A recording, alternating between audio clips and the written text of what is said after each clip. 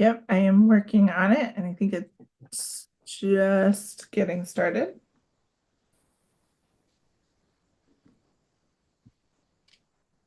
I think we're good. Yep, I am working on it.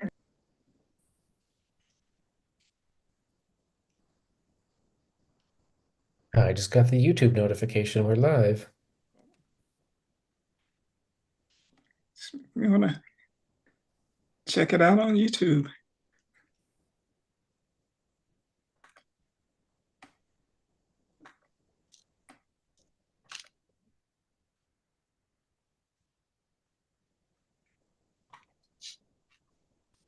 Okay. I think we're ready to begin. So we give Mr. Moore his full allotment of time. Welcome, everybody. Thank you for joining this evening. We are starting just a few minutes later than usual. Nice to see everyone in the audience. Without further ado, Sean Moore from DC Water is here to give us an update on lead-free DC. Mr. Moore, if you want to take it away with your presentation, and of course, we'll do Q&A after. Perfect. Thank you so much. I hope everyone's had a wonderful day, and I'm excited to be here this evening to talk to you about lead-free DC. For those who don't know, lead-free DC is DC Water's plan to eliminate all 42,000 lead service lines from the district. And we're doing that in two ways. First, we're replacing all the lead service lines that we know about. But second, we're trying to verify the material that is associated with our records because we know that's incomplete. So we don't know the service line material for every home in the city.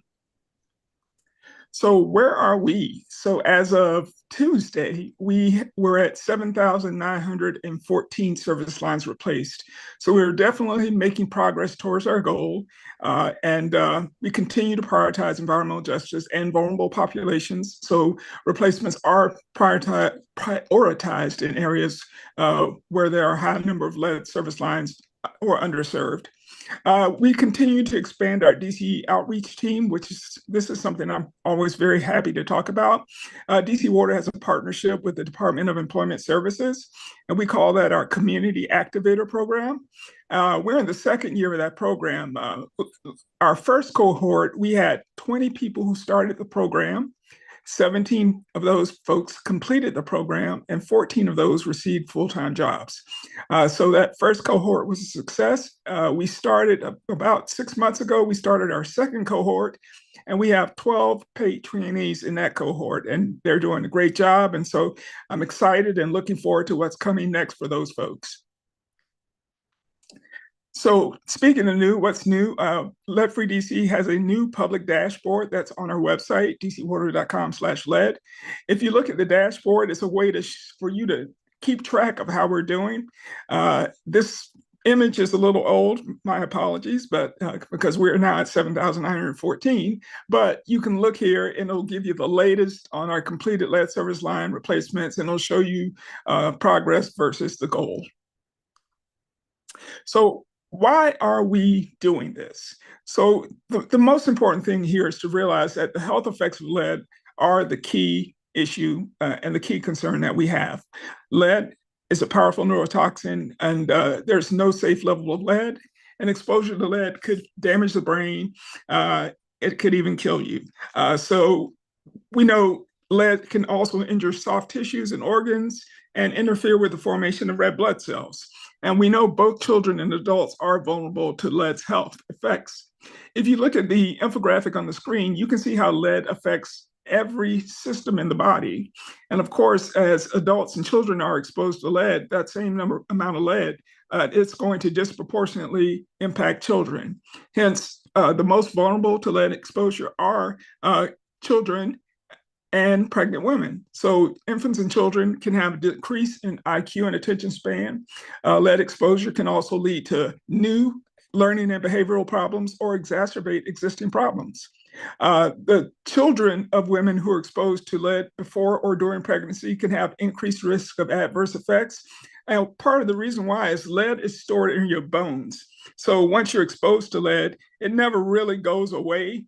And during pregnancy, that lead can actually be released from the bones into the fetus. So that exposure to lead at that point can have those negative impacts on the unborn child. So adults also, for us, we have the increased risk of heart disease, high blood pressure, kidney disease, other nervous system problems. So as you can see, it's really important for us to remove all sources of lead. So specifically lead-free DC, we're focused on the water service line. And I just want to make sure everyone understands what that is. That's the water line that runs from the water main in the street into your house. And we call it where it enters your house, the point of entry. So that water service line is actually owned by the homeowner. So the homeowner owns that entire service line. Now, DC Water maintains the public side of that line. So if anything happens on the public side, DC Water will take care of that. But anything that happens on the private side is the responsibility of the homeowner, or whoever owns that premises is their responsibility. Furthermore, DC Water can't use ratepayer funds to do work on private property. So typically, we aren't able to do like replacements on private property, except with lead-free DC and programs under lead-free DC. We have special money that allows us to be able to do this work on private property. And that's why it's so important for folks to understand, we have the money to do this on private property and can offer this service replacement for free. So what are we focused on? We're focused on two types of pipe materials. We're focused on lead and galvanized, and you can see those on the right. We know that when water sits in a lead or galvanized pipe for 6 hours or more, there's a potential for that lead to dissolve into the water. And of course, when that happens, there can be harmful side effects. So if you looked in trying to identify whether or not you have a lead pipe, wherever that pipe comes into the house, if you look and you see something that looks like this picture on the screen where you see that little bulb just before the shutoff valve, I can guarantee you that that is a lead pipe, because that is part of the installation method for lead pipes, and it only shows up in lead pipes. Also, lead pipes are a little thicker than what you would see for copper, they're a little thicker than copper, and you may see this white oxidation around the pipe. We're also focused on galvanized pipes because they could contain lead as well. Galvanized pipes tend to fill up with this gunk over time. It's called tuberculation, and that tuberculation can trap lead particles and then release those into the water. So for that reason, we are replacing galvanized pipes as well. So we have some great tools for you as homeowners to figure out what type of service line material you have and when's construction coming to your block. First, we have our service line map. You can see that on the side with the red, orange, yellow, blue, and green.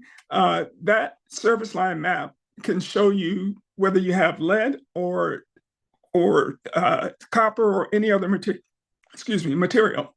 If you go to the map, the lead map on dcwater.com/lead. You can click on that map. You can enter any address in the city, and it will give you the service line material or whatever we have in our records for that address. So that's a great place for you to go and see what type of service line material that you have. Then we have our construction dashboard, which is on the left side of the screen. With a construction dashboard, again, you can go in and you can put any address in the city in there. But if you put your address in there and it shows that, that you are part of a construction package, information about that upcoming construction would be on the screen. So on the bottom of the screen, you can see where it says the contractor, construction start date. So all that information would be there. So those are two great tools that we have for homeowners to help understand the service line material and when to expect construction. So with our replacement programs, we're replacing service line material 3 ways. So first, DC Water initiated programs would be under our capital improvement program. And whenever we have a capital improvement program, replacements are free. So with our buy block program, which is what I'm primarily talking about today, those replacements are free, and those are based on our prioritization model. We also have our small diameter water main program where we're replacing water mains across the city. And when we do those small diameter water main replacements, those service line replacements are also free. Customer initiated programs, we have our LPRAP, or our lead pipe replacement assistance program. And LPRAP is when you only have a lead service line, but only on the private side. So with LPRAP, you can apply through DOEE to have your service line replaced. Right now, we have money, so there's a 100% discount. That means LPRAP is generally a cost sharing program based on household size and income, but right now there's money that will pay your portion. So whatever you would have paid is now being paid by a grant. So that means it's 100% discount and it's free to you. We also have the voluntary program, which is if you have a full lead service line and you don't want to wait for DC Water to get to you for your free replacement, you can certainly do a voluntary full replacement. In that case, DC Water would pay for the public side work, and you as a homeowner would be responsible for the private side. And DC Water, of course, would help with the mobilization and coordination for all that work. So, those are the three ways we're replacing service lines. And I mentioned a little earlier about the prioritization model. And the prioritization model is a key part of our buy block program. So for the prioritization model, we use data from our service line inventory. We look at vulnerable populations data as well as socioeconomic data as inputs into this model. And we use that information to create a score for each block. So each block in the city has a score. And the blocks with the higher scores are prioritized before blocks with lower scores. So for example, if you had a block, it had 50 houses on it and 40 of those houses had lead service lines, that block would probably be a high priority because of the sheer number of lead service lines on that block. Conversely, if we have a block in an area that's underserved, you have children who have high blood level indicators, as well as just a lot of children under 5, plus you have the concentration of lead service lines, that block is going to be prioritized as well. So we use that prioritization model to help us, equitably do this buy block program. And I think it's what I was trying to say, excuse me, is so with that program, you may see that we're all over the city, and we are because, those blocks that are scored, those blocks are all over the city. So we're doing lead-free DC buy block projects all over the city in all 8 wards. So what work is involved in these projects? So we're not going to tear up your entire yard. We're going to take care, of course, to minimize the impacts on your yard. When we do these replacements, if it's a full service line replacement, we're going to dig in the street to expose the water meter. And then we're also going to dig 2 additional holes. In the street to expose the water main, then 2 additional holes, one at the water meter and then one at the property line. And we're going to use those holes to remove the old service line and install the new one. So we try to minimize our footprint during this construction. Those holes in your yard will be about 4 by 4. Of course, once we finish with the work, we're going to do a full restoration. Our goal is to make sure that everything is as good or better than we found it. So that's our full restoration in kind. So what's required for that work is we need to first have the homeowner sign the right of entry authorization so that we can do the work, so that we can schedule it and come out and do the work. But also a homeowner would have to have an adult present during the construction period, as well as I'm struggling a little bit this evening. So they would have to have a homeowner, someone present during the construction period. It's going to take about 8 hours, and they would need to make sure that they had some water or other stuff. In the meantime, since the water will be shut off during that time. So where are we in 1B? So we have 49 blocks in ANC 1B, 718 premises. we're about 11.8% with our right of entry authorization signed. I know one of the commissioners, I don't remember which one of you, had one of our canvassers come by and signed up for the program. We definitely appreciate it. And that's why it's pretty easy for you to sign up with one of our canvassers, or however you get the notification and sign up, whether it's online with our canvassers, whatever way you sign up, we just want you to sign up to participate. So these are the blocks. Now, there are 49 blocks. They're on this presentation, which I will send to you, commissioners, so that you can share it with folks. It's hard for you to see all these on the screen, I know, but these are the blocks that are selected in 1B and will be a part of our by block replacement program. So, of course, we need your help in order for us to achieve a lead-free DC. So because we have to have the residents' permission to do the work to replace the service line, we need folks to sign the right of entry authorization. So, our biggest ask from you as commissioners and from everyone in your commission is, hey, this is a real program. It is really free. We will certainly do a full restoration once we do the work. And, by having folks to vouch for us, that allows us to, reduce some of the uncertainty that folks have regarding the program.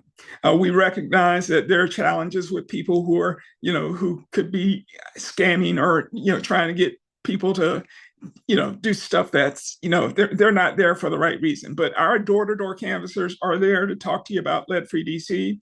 We're excited to tell you about our program. And if you're selected, we want you to do that program. So please, we want you to spread the word. It is citywide, and encourage everyone in your community to visit dcwater.com/lead to learn more about the program and to get all their questions answered. Again, everything I talked about today is on dcwater.com/lead. The dashboard, the inventory map, all the information about the program, it's all there. All the health effects of lead information, everything is there.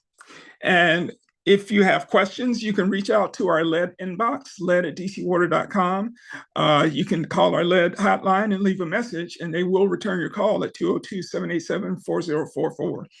My contact information is also here on the screen. 202-787-4049 is my number, and sean.moore@dcwater.com.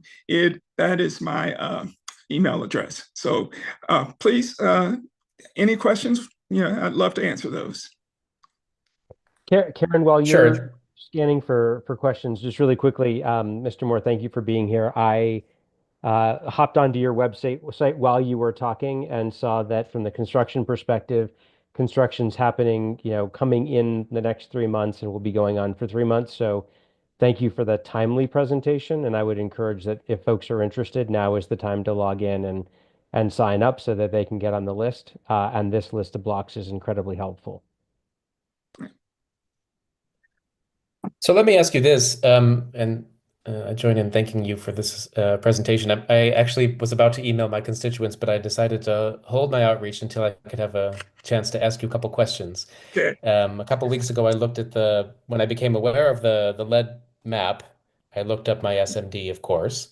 And there are 2 blocks that I'm concerned about, so I just want to make sure that I understand what we should be doing. One block has some properties that are red, meaning there's confirmed lead pipes.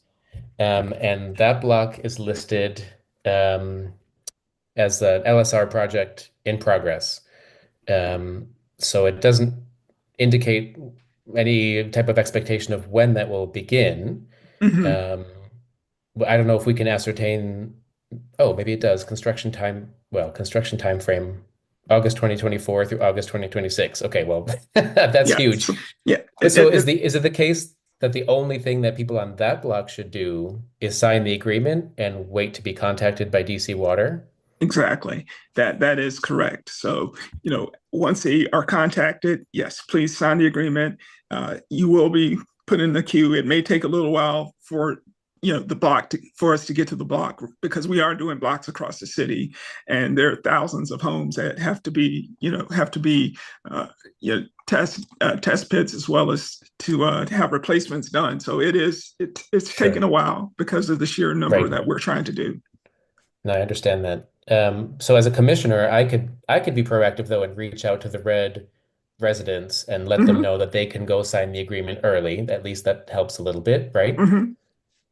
Yes. Okay. And then the other block I'm thinking about has homes marked in red, but there's no indication that there's a construction project in the pipeline, so to speak. Hmm. So is there anything that those residents can do to flag their block, or is it just a passive process where you guys are triaging everything automatically? Yeah, I would, yeah, the process, the passive process, as you described it, is correct. So we will, move forward. We'll notify all the residents, let them know when, we're expecting construction to happen, how to get signed up. So we'll provide all that information.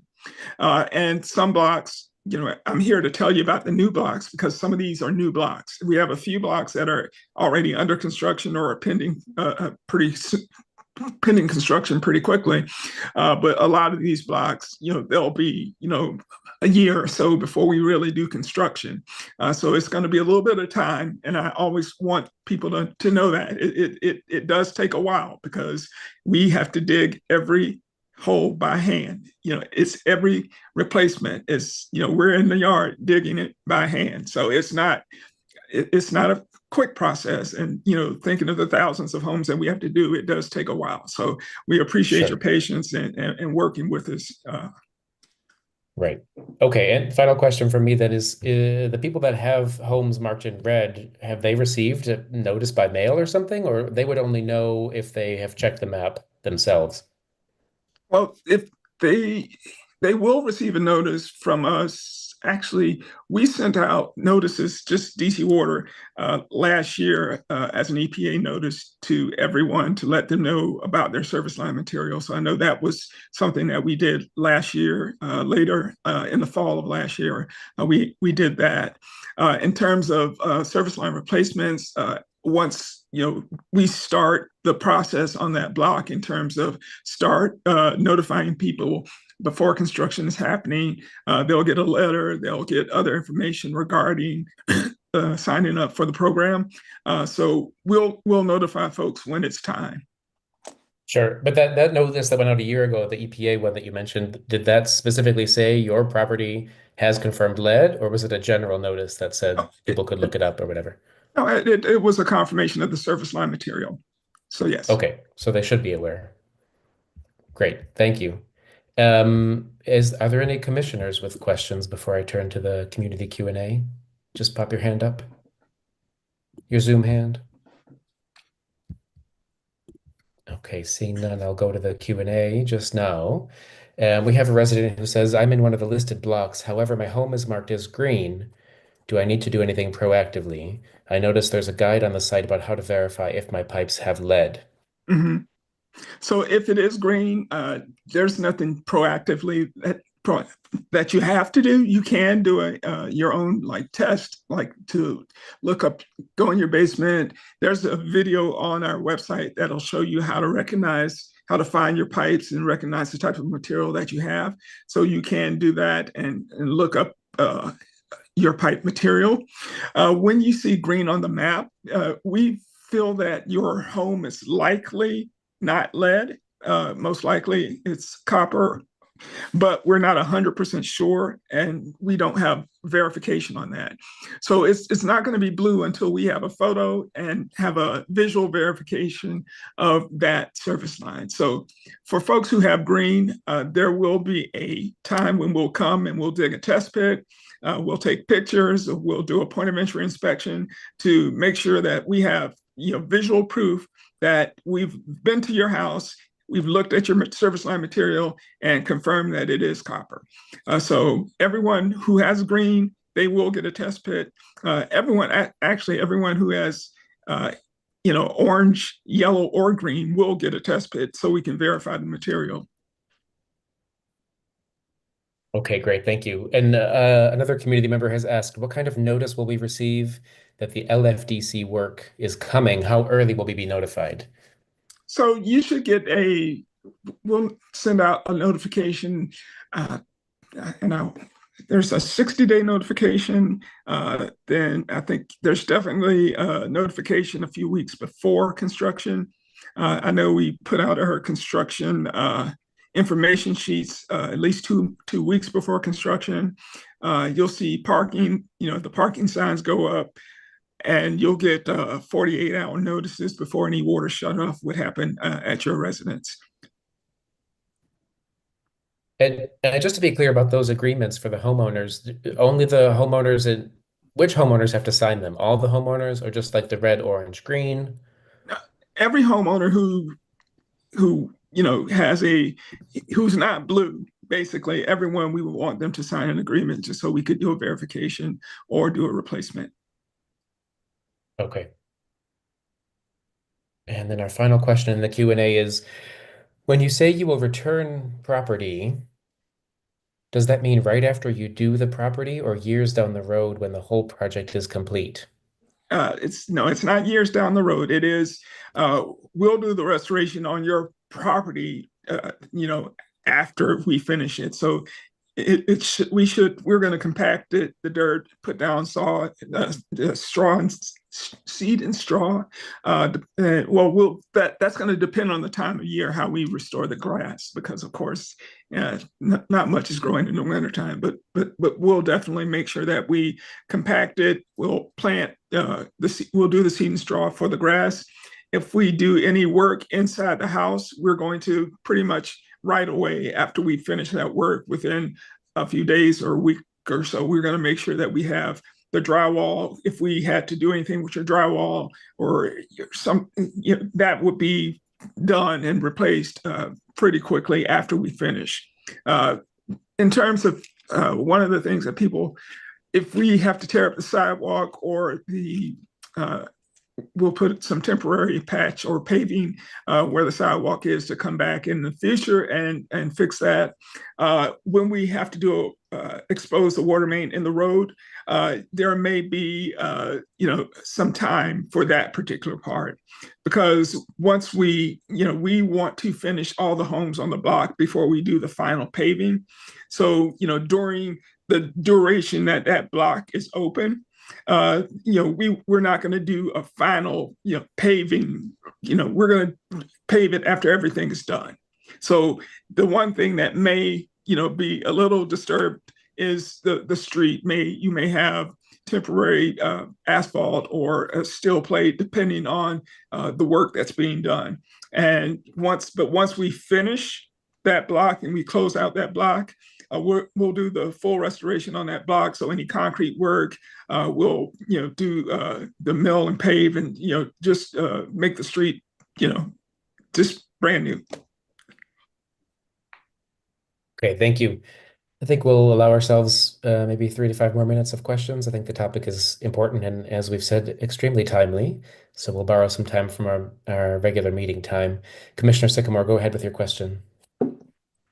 Hi, it's not really a question, but it's just more of a favor. Mr. Moore, would you mind just putting in that website into the chat just so our community can see that map that you were speaking of? It's just dcwater.com/lead. Well, there you go. All right. Yeah. And yeah, if you go there, everything is there right on that landing page. If you scroll down, there's a map there, and you just click on that map, and it'll take you directly to the lead map. Below that, there's a construction dashboard link. So you can go to the construction dashboard. On the right-hand side of the page, you'll have for that program dashboard and some other information like the agreement and other things are right there on that front page. So everything, from dcwater.com/lead, you should be able to navigate and find everything. Thank you, Commissioner Kenza. Go ahead. Yeah, so I just want to be clear. If I was a homeowner, I know that I'd be a little concerned because DC just never is ever together. They're all over the place. Their construction's all over the place. So I'm assuming what they're doing is they're going to be doing a phased plan. So I would suggest to all the residents that are doing this that they get their information ASAP, because what they're going to do is do it in phases. They're not going to do one house here and then go 2 streets up and do another house. So they're going to do it in a phased plan. What I ask you, Mr. Moore, is you guys really need to make sure you overly communicate, because this is a big deal for people to have, people ripping up their yard for Mhm. lead and stuff that they had no problems with. So if people are getting the information in a timely fashion, I think that's going to help a lot.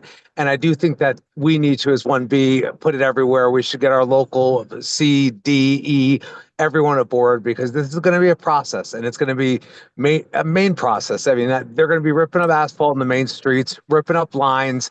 They're going to be ripping up yards. It's not, it's going to sound a lot easier than this, how he's explaining it. I just want to be frank. So please make sure you're communicating to the community. Community, please make sure you're getting your information as soon as possible. If you have questions, let us know. We'll direct you or get you the answer. But this is something we need to move on, because the gap of 24 to 26 is a very large gap, as Chair Duramo said earlier. So it's more of a statement. That's it. I just want people to get their stuff in. I'm concerned for some of these houses that are in the red and orange, and it's a bit much, to be frank. Thank you. Duly noted. Thank you. Commissioner Hanrahan, take it away.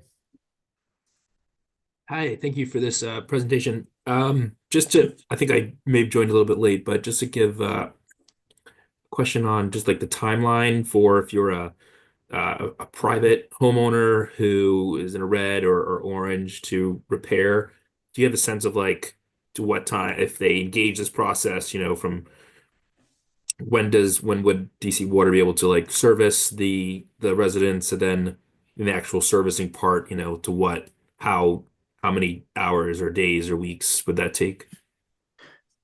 Are you saying from once we notify them or once they sign up? Just clarification. Yeah, I guess like once they sign up, once they engage the process. Okay, so once we contact you and you sign up for the project, it could be 6 to 12 months before we get out there for construction.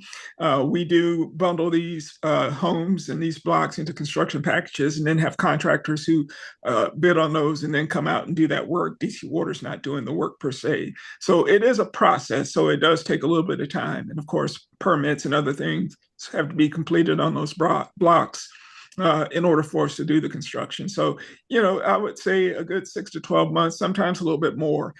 So that's why I always say we do appreciate your patience. But one thing I do want to make sure I point out is I mentioned earlier about the LPRAP program. So for some of those homes, when you go and you look at the map, and say you have a lead service line, and you see some of your constituents may have red, if they click on the lead map and it says, it's only lead on the private side, and typically it'll say LPRAP DOEE.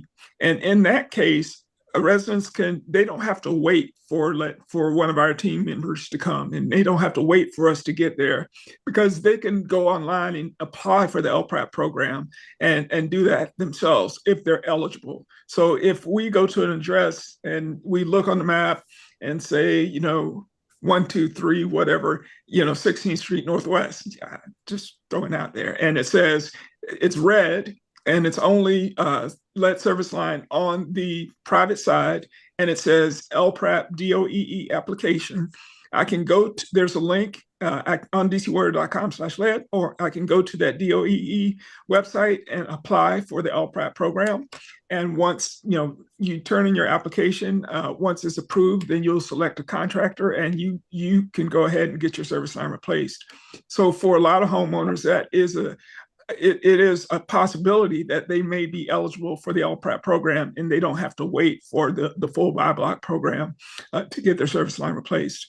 I'm glad you asked that question, so I could let folks know that LPRAP is also available for some folks.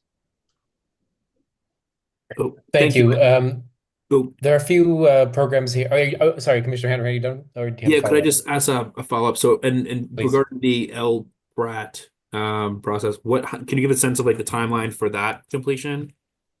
So if you're eligible for LPRAP and you go online, you sign up, and once you get approved, which generally doesn't, I can't say how long it takes. It could be a few weeks before you would get approved. I'm just throwing a number out because I don't know exactly how long. It varies between the time between your application and approval, but it's not 6 months typically.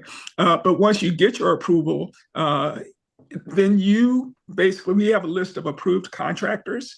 So then you have your approval, you would go out and you would choose a contractor from our list of approved contractors and work with them to get the service line replaced.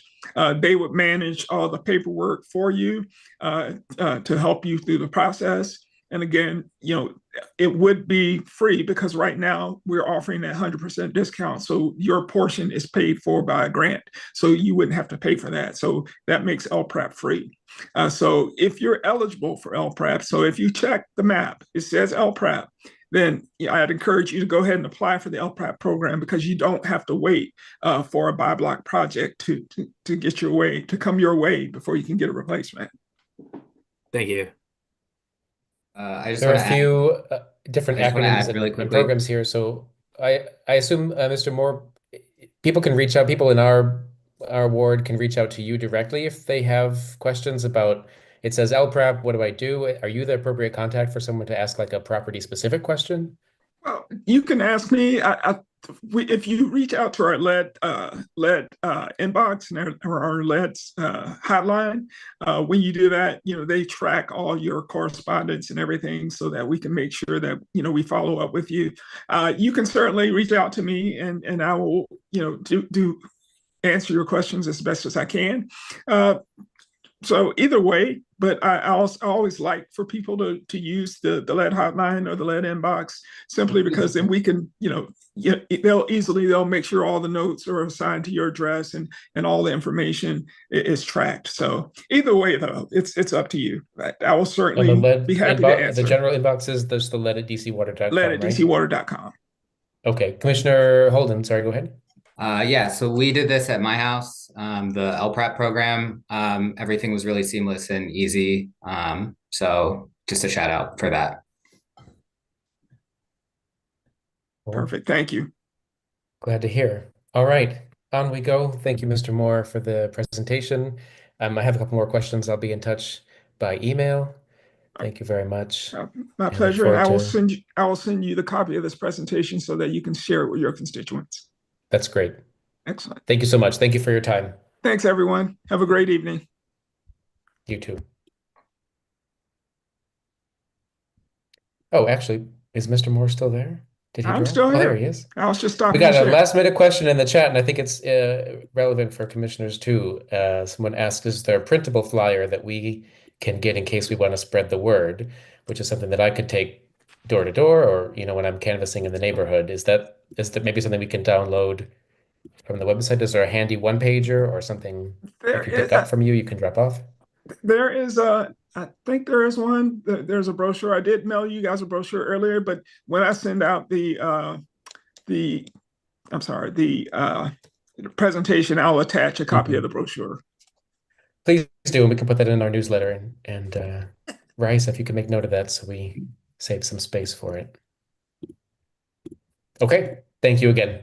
Oh, you're welcome. All right. Okay, I call the meeting of Commission 1B to order at 7:18 p.m. Secretary Fay, would you do us the favor of calling the roll, please? I will. Commissioner Barrio, not here. Commissioner Sycamore. Here. Commissioner Lemon Strauss. Here.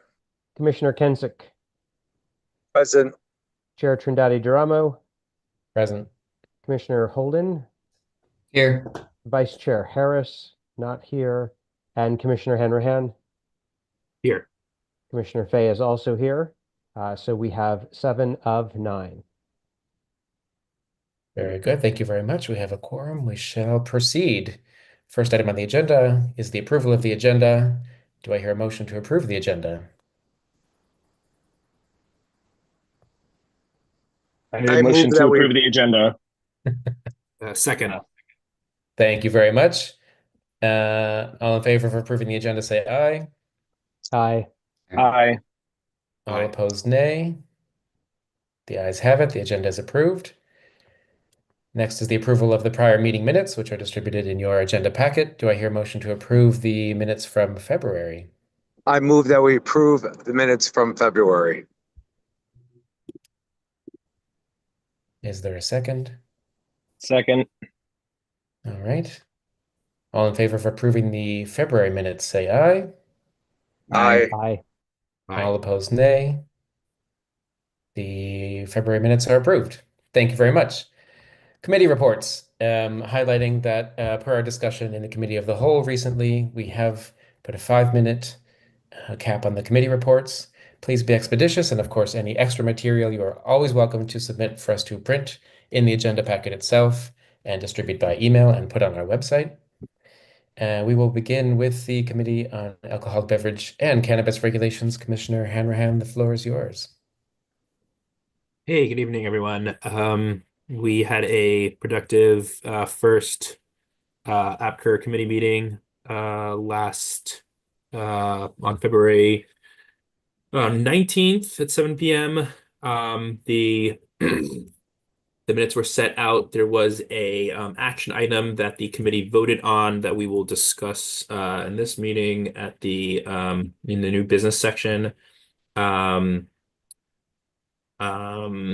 Yes, I just wanted to thank everyone for who has attended that committee meeting. There are more placards that were just posted for some license renewals that I will be sending out shortly I will send out tomorrow for the agenda, hopefully for the next meeting. And then the next meeting, as mentioned, I will actually be out of town on the scheduled date. And so we are going to pivot to Tuesday, March 25th at 7 p.m.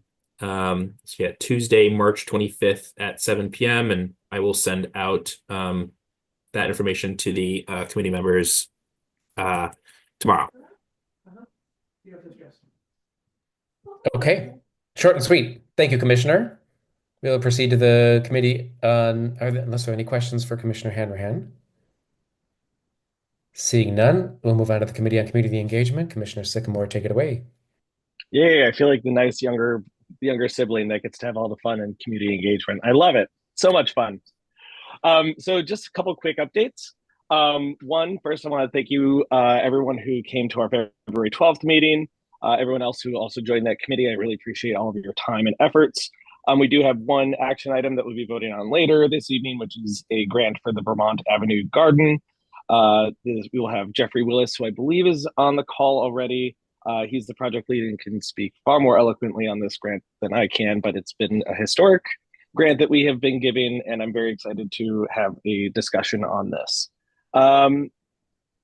We do have one person who had to drop out, unfortunately, committee member who had to drop out due to relocation. So if anybody is interested from the public, I would love to have another person. We have a max of 10 people. We currently have 9. So if you would like to join, you could please drop me an email at 1bo3@anc.dc.gov. That's fantastic. I want to thank you, Karen. We also took a action item that doesn't require a vote from the general commission about a student photographer, from which our wonderful admin assistant Karen has brought to us. And this is absolutely fantastic. I'm very excited to get some updated photos so we can use it on promotional materials on our websites. I'm really excited to see this work that he's going to be doing, and I'll be working closer with Commissioner Levin Strauss to figure out the finances and everything, and we can all figure that out. I have secured a reliable partner with the YMCA, the Anthony Bone YMCA, on the corner of 14th and W. The Community Engagement Committee plans on hosting at least one event there a month with various speakers, community discussions, and working groups. We've reached out and secured various partners such as Howard University, Gallaudet University, various MPD liaison units, Mayor's Office of Deaf and Hard of Hearing, the Mayor's Office of LGBTQ+ Affairs, and many more, plus community groups such as the Detroit Park Civic Association. We also plan on inviting elected officials to engage in topics that are important to the community. So keep an eye out for that. As far as some working groups, we'll be having a focus on Black-owned businesses, LGBTQ plus businesses, and host dialogues between the community and other businesses along the Greater U Street corridor. We will also be engaging more specifically with ANCs across Ward 1 and Ward 2 that are boarding within our commission. So we are not living in a bubble here, so we want to make sure that we try to engage as many stakeholders as possible in and around our SMD, or I'm sorry, in and around our commission district. Let me take a look really quick here. We do need to expand our outreach. So if you would like to get involved, if you want to get on our email list, please make sure you do so by contacting our admin, or you can send me an email directly. That would be fantastic. We're trying to build out our outreach there. We have also secured quite a few community organizations who have reached out and scheduling them now, or we're scheduling them now, such as a dance troupe who wants to engage young people within our community. So please let me know if you think you and your community organization would like to provide some sort of free outreach to the community. I have the space, so let's use it. I'm really excited for this. We also have money, so money is great. So if you think your organization would qualify for a grant, please send me an email at anc1bo3@anc.dc.gov to discuss the details and parameters to see if you qualify so you can apply for a grant from the ANC. And our next meeting is on Tuesday, March 18th at 6 p.m. It will be very strict, about 1 hour meeting, because we have 2 meetings that evening. So we can only host 1 meeting at a time. So it will be very strict on that. So please let me know if you have any questions, and you can email me. And I'm just under time. I'm done. Thank you, Commissioner. Any questions for Commissioner Sycamore and the Community Engagement Committee? Seeing none, Committee on Economic Development, Mr. Fay. Oh, we do have one in the Q&A. Can we get a community-based and advocacy-focused folks in the monthly sessions too, like how to testify at city council training, know your rights about immigration? Yes. So, hi, Amanda. Thank you so much for that. Let me read that out loud. Can we get community-based and advocacy-focused folks in these monthly sessions too, like how to testify at city council trainings, or know your rights about immigrant, labor, and tenant trainings? Yes, absolutely. That's one thing that I'm actually discussing about with a other commissioner in 1A. One of the tricky things when we're talking about immigrant rights as well is that we don't want to make this a target for ICE. So if we do some sort of like immigrant right things, we want to make sure that we are sensitive to that. We do not want to post this publicly and then have ICE get a hold of it and then them come and raid our meeting. That would be not the wisest idea, but we are trying to maybe do some sort of workaround with that. As far as other commissions, I think that's a fantastic idea as far as learning how to testify in front of the council, learning how to testify in front of an ANC, and know your rights as far as other things are concerned. I think that's absolutely fantastic idea, and I will definitely put that in my notes. Thank you. There's a second question in the Q&A, which I think is also very timely. The person has asked, Victoria has asked, how can someone know if their business is eligible for an ANC grant from 1B? And I believe, Jamie, if you want to speak to it, there is a tab at the top of our website. The rightmost tab up in the menu says community sponsorship. I believe the guidelines on that page are left over from last year, and we're still conducting a review to make sure that they are as thorough and informative as possible. But to my knowledge, they're correct, at least, even if we want to spruce them up. Is that what's going on? As far as I know, the guidance that I know, yes, everything should be pretty up to date. If you also want to send me an email, I'm more than happy to review that with you, because I do have some of the current applications. You also have to go through an application process with the general office of the Advisory Neighborhood Commission to make sure that we are on task there. So I'm more than happy to sit with you before you waste your time filling out an application just for it to be dismissed or voted down. I'm happy to go through that with you. And if I don't know the answer, then I will reach out to my wonderful colleagues here on the ANC who might have more knowledge than I do. One just quick thing to add for Yes. everyone's awareness is so all the guidelines are there, read them all, of course, but at a high level, grant sponsorship money can't go to ongoing operating funds and needs to go to specific services and events that benefit the 1B community. So obviously, money is fungible, and any sort of specific grant application needs to be consumable around community serving events. Correct. Yeah, you broke up a Not little bit literally in there, but go ahead. Go ahead.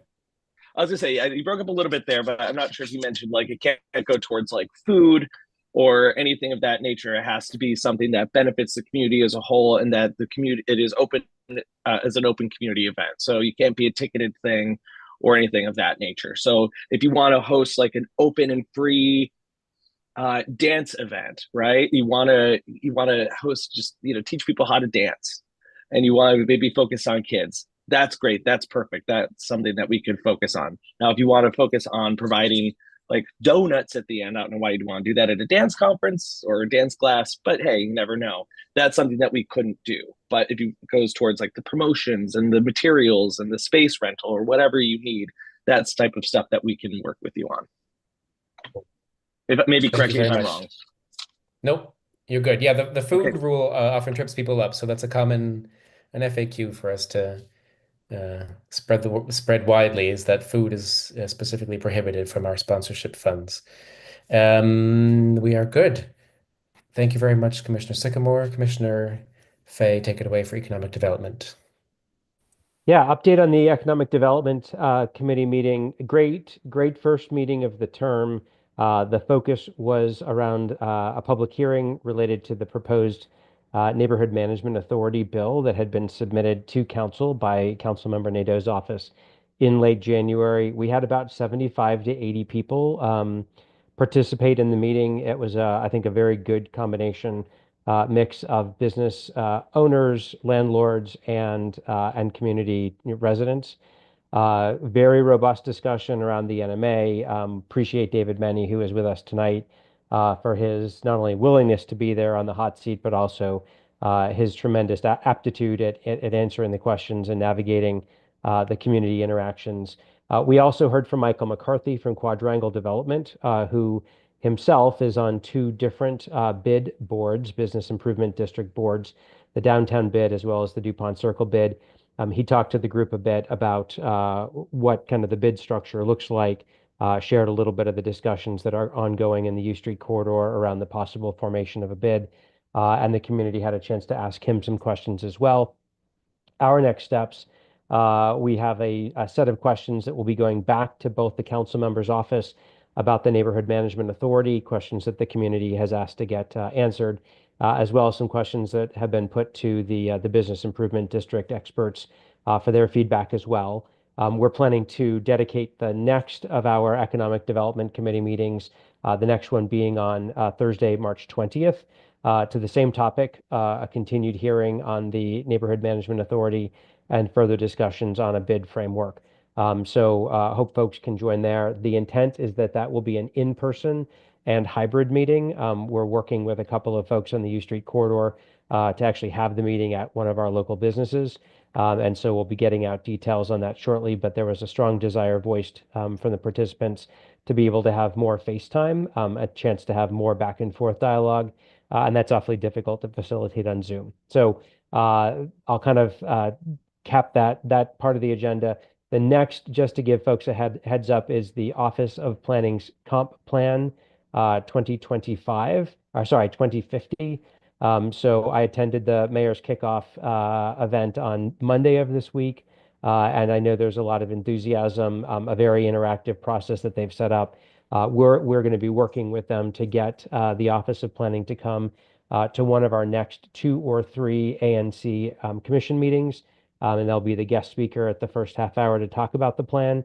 And then we will also be making sure that we are scheduling and working with them to hold some public hearings on the comp plan rewrite. That's going to be a really important aspect of our work in the year ahead. With that said, I will pause, see if there are any questions.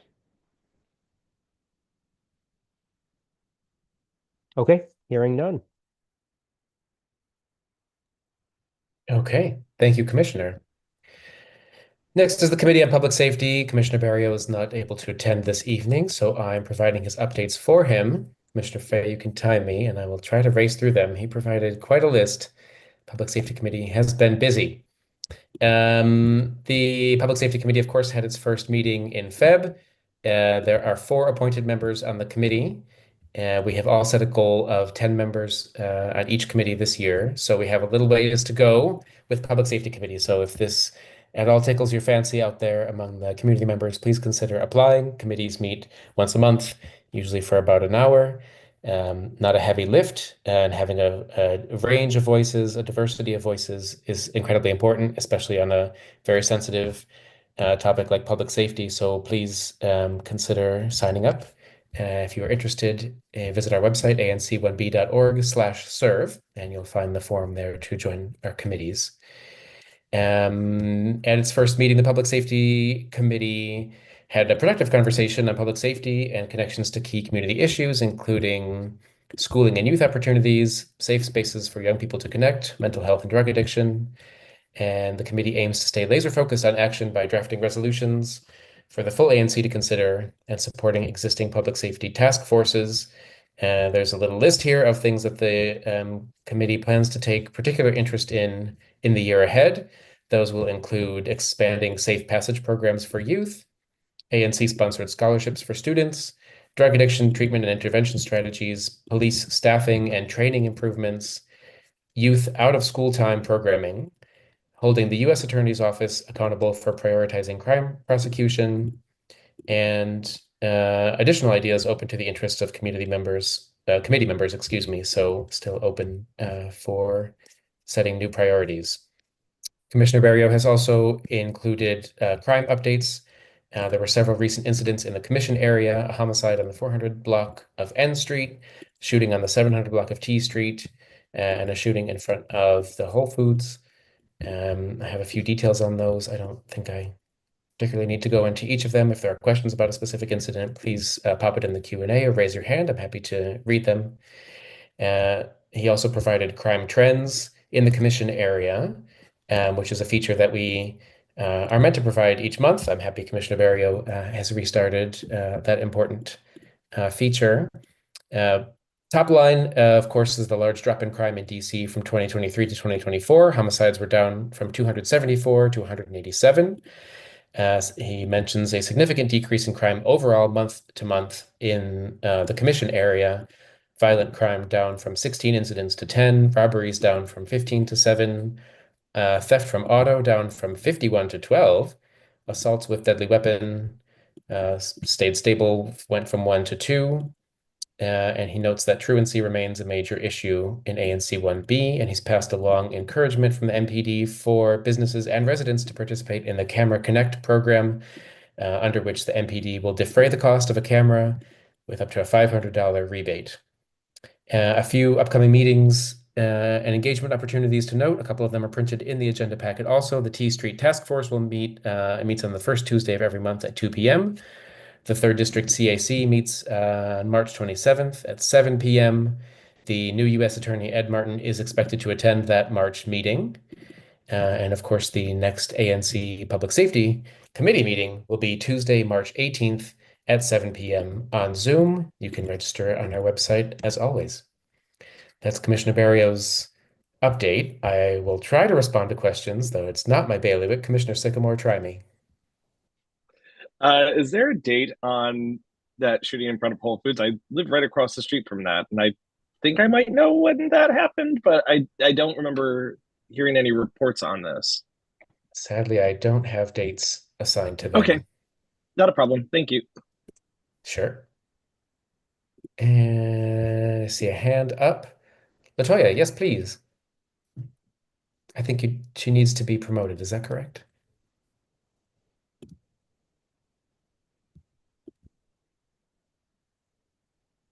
All There right, she you're good is. to go. You can unmute yourself.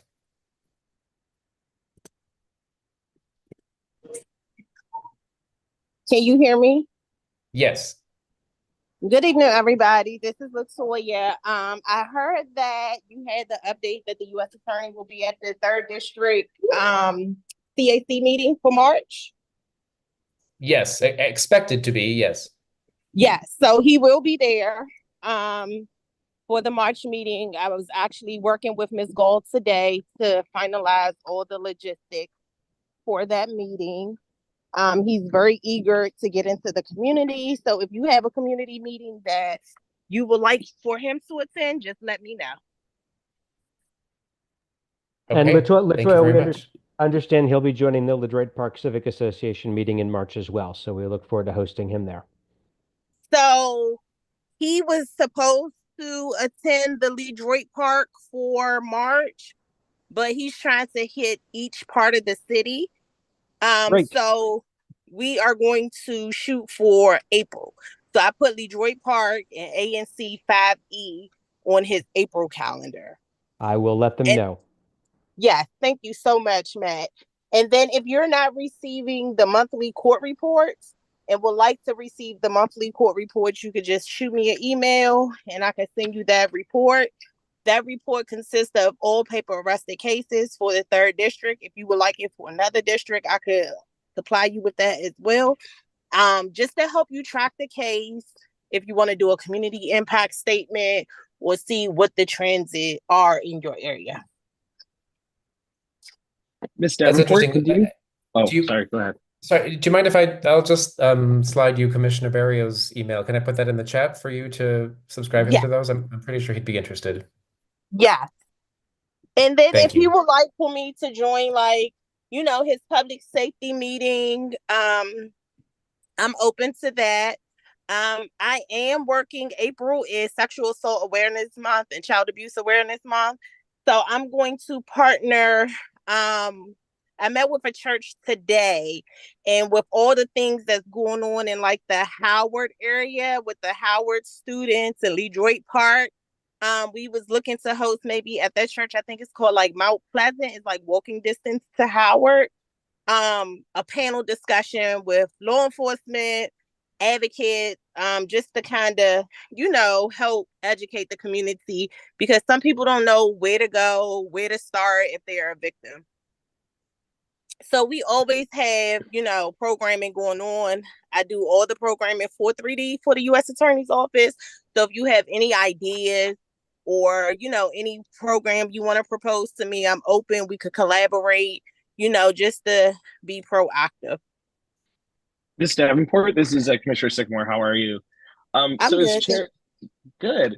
So as chair of the Community Engagement Committee, I would love to be part of your email list, or I could talk to you about that because that's also part of what I want to do is connect more with Commissioner Barrio and people like you to make sure that we are in collaboration in different committees so we can get the word out as much as possible. Yes. And I will put my email in the chat. Lovely. Thank you. Well, I cannot put anything in the chat. I will put it in the Q&A. Yeah, and Latoya, I've got your information, so I'll make sure I pass it on to the commissioners. You and I have emailed several times, and I appreciate your partnership. Yes, thank you so much. And if you can, please come out on Thursday. It's the last Thursday of March, the 27th.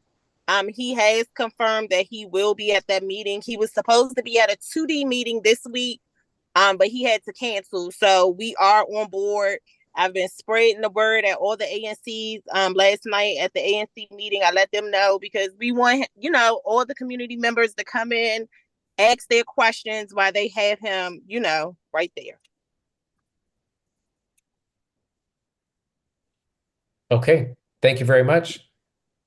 All right, we can move on to Committee on Transportation, Parks, and Public Space. Commissioner Holden, please. Hey, everyone. Really quick update. Good first meeting. We have 15 committee members, which is the world record for number of committee members. No, we didn't vote on anything at the last meeting, but the 2 items that are in the agenda are just kind of a preview for upcoming things that we will probably have resolutions on at the April meeting. So our meeting's on the 12th, and we'll have someone from Commissioner Pinto's office there to talk about the Vehicular Noise Abatement Act or something. I'm getting the name wrong right now, but because she's the lead writer of the bill, so Nadeau's office referred us to them. So someone from Pinto's office will be there to speak on the bill. We'll probably have a resolution on that. So yeah, come to the meeting. Thank you very much, Commissioner Kenzek for the Committee on Zoning Preservation and Development. Yes, good evening, everyone. Hope everyone's doing well. So the health of ZPD is very well. We had a great meeting on the 24th of February. We had about 13 committee members, me and Patrick Nelson, who's an advisor. Obviously, don't really consider ourselves part of it, but we listen and we give guidance. You could see the minutes and look into the minutes yourself. We do have one action item to vote on tonight, which we'll discuss. There are a couple other cases that are coming up that people I know will be interested in. Our next meeting is on St. Patrick's Day, which is the 17th of March at 6:30 p.m. So we'd love to have more members join, people be participating, which would be great. I would say that we are looking to have zoning and DOB. DOB canceled last month. I think they're just trying to hide right now from the collapse that happened on 11th Street, but we're going to continue pressing with them. We did have a really good introduction by Mr. Calcutt, Steve Calcutt from the HPRB, talking about the historic preservation and actually going from the ground up, meaning as if people that never heard of it before got a very clear understanding of it. So the meeting went really well. And like I said, the next meeting will be on the 17th of March. And we have one action item to vote on. That's all. Thank you. Thank you very much. Any questions for Commissioner Kenzek? Seeing none, we can move on to Executive Council Member Commissioner Community Announcements. David Menny, I believe you are on the call. Hello, sir. Nice to see you again. Chair. Take it away. Oh, sorry. Yes, Commissioner Chair, Sycamore. I'm sorry. There was actually two comments made in the Q&A. I'm sorry to get into cut into your time, Mr. Minier. Ms. Courtney Stockland had said that it's about back to public safety really quick. She said that those numbers are still bad, but it's just a decrease from what it was, and she just wanted to make that note. And then we also had another comment seconding that. So I just wanted to respect the community comments on that. Absolutely. I think we can all agree that 10 violent incidents in ANC 1B in any month is at least 10 more than we would like to see. So very much agree with the sentiment there. Thank you, Commissioner Sycamore. Mr. Menny, take it away. You have your 3 to 5 minutes for council updates. All right. Good to see everyone again. We are kind of in between the performance oversight season, which is just wrapping up, and the budget, which will be introduced by the mayor on April 2nd. So with performance oversight coming to a close, there's a lot that we've learned. The council members still attending some oversight hearings. In fact, DC Housing Authority is probably still happening as I speak right now, which she is at. Especially focusing on the committees that she serves on, which is housing, facilities, and health, as well as her own committee, which is public works and operations. It's quite a lot that happened, over the last month or so. For Department of Public Works, she got really in depth about illegal dumping and some of the agency's pilot programs that we're trying to make permanent.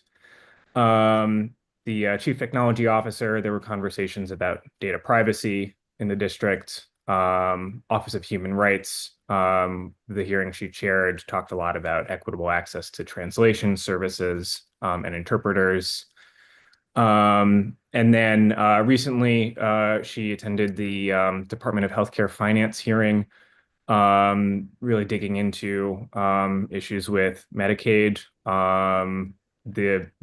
the broader federal issues that seem to be looming, as well as even under that, the agency not implementing some laws that have been passed by council, including one that she introduced, which is reimbursing home visiting programs for families. So that's just a brief overview. If you want to learn more, we've been putting out some information over the council members' social media and in newsletters. So keep an eye out for that. But I do want to thank folks on this call, if you are on, who have come to testify. And coming up next is the budget oversight season, which, as I mentioned, will start on April 2nd. So we strongly encourage folks to attend hearings for that as well when the time comes, and that schedule will be published soon. Hearing from residents is the most important part of that whole process for sure. Next month, April, is Earth Month, not just Earth Day. And one thing to anticipate is quite a lot of neighborhood cleanups. We'll be sharing some information about those in the council members' newsletter and on social media, as well as some of the groups that are organizing those cleanups. I've mentioned this last time I was here, I believe, but these cleanups really highlight the major role that beverage containers play in litter on our streets and in our waterways, which is one reason why the council member is pushing really hard on the bottle bill that she introduced. We're working with the Business and Economic Development Committee and Transportation and Environment to get hearings on that legislation and hopefully be moving that soon. I will say, for those listening, you can expect quite a bit of misleading information from the beverage industry on that legislation, including saying that costs will go up and other talking points that have been used before, even as this has been successful in many other states. If there's any questions about that, there's a pretty robust FAQ on the council members website. I will do one more thing because my time is up. Keeping in the DPW and I guess trash space, you may have noticed new smart compost containers around the district. There are now 30 of them that have rolled out. This was an initiative funded by the council member with the Department of Public Works.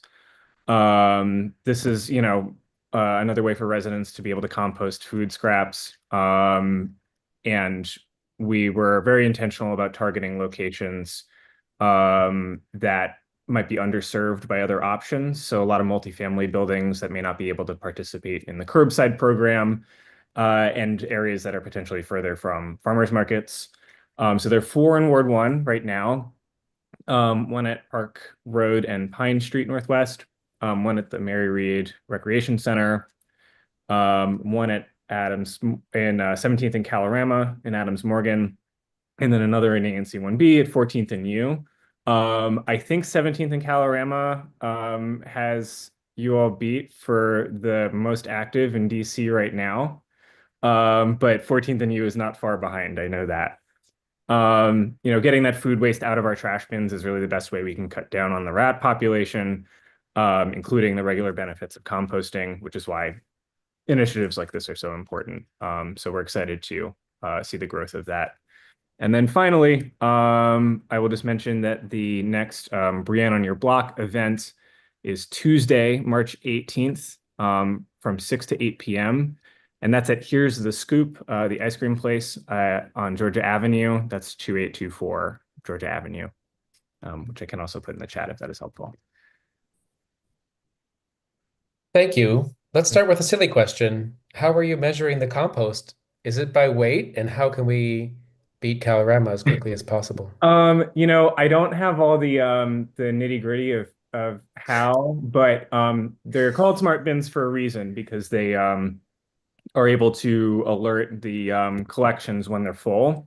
So if anyone's interested, even in just like playing around with the system, you have to download an app. It's called Metro Key. I don't know if anyone can see this, but it'll show you the bins that are close to you, and that's actually how you unlock them. We don't want them to just be open all the time, because otherwise it'll contaminate the compost stream. But it will also show you, along with that, the percentage full. So if I can find it, I could tell you how full 14th and U is right now. 26%. I've got a bag of coffee grounds. I'll go fill it up. Thank you for that. Commissioner Sycamore, first question. Hi, David. Thank you so much for coming back again. Really quick, one thing I would like to ask is I've sent this email probably is like either late November or early December about Garfield Terrace. Okay. And about some of the conditions that are going on there. If I think I CC'd Nicole on that one, and I haven't heard back. And she's usually pretty good, so I'm assuming it's just an oversight. Okay. But I would really like to talk to you or someone from the council member's office, or even the council member herself, about this, because there's a lot of issues there. Number two, thank you so much again for the bottle bill. I love this. I'm from New York State originally, and that's a fantastic program. Kids love it. You know, you earn money for school and trips and PTAs. It's fantastic.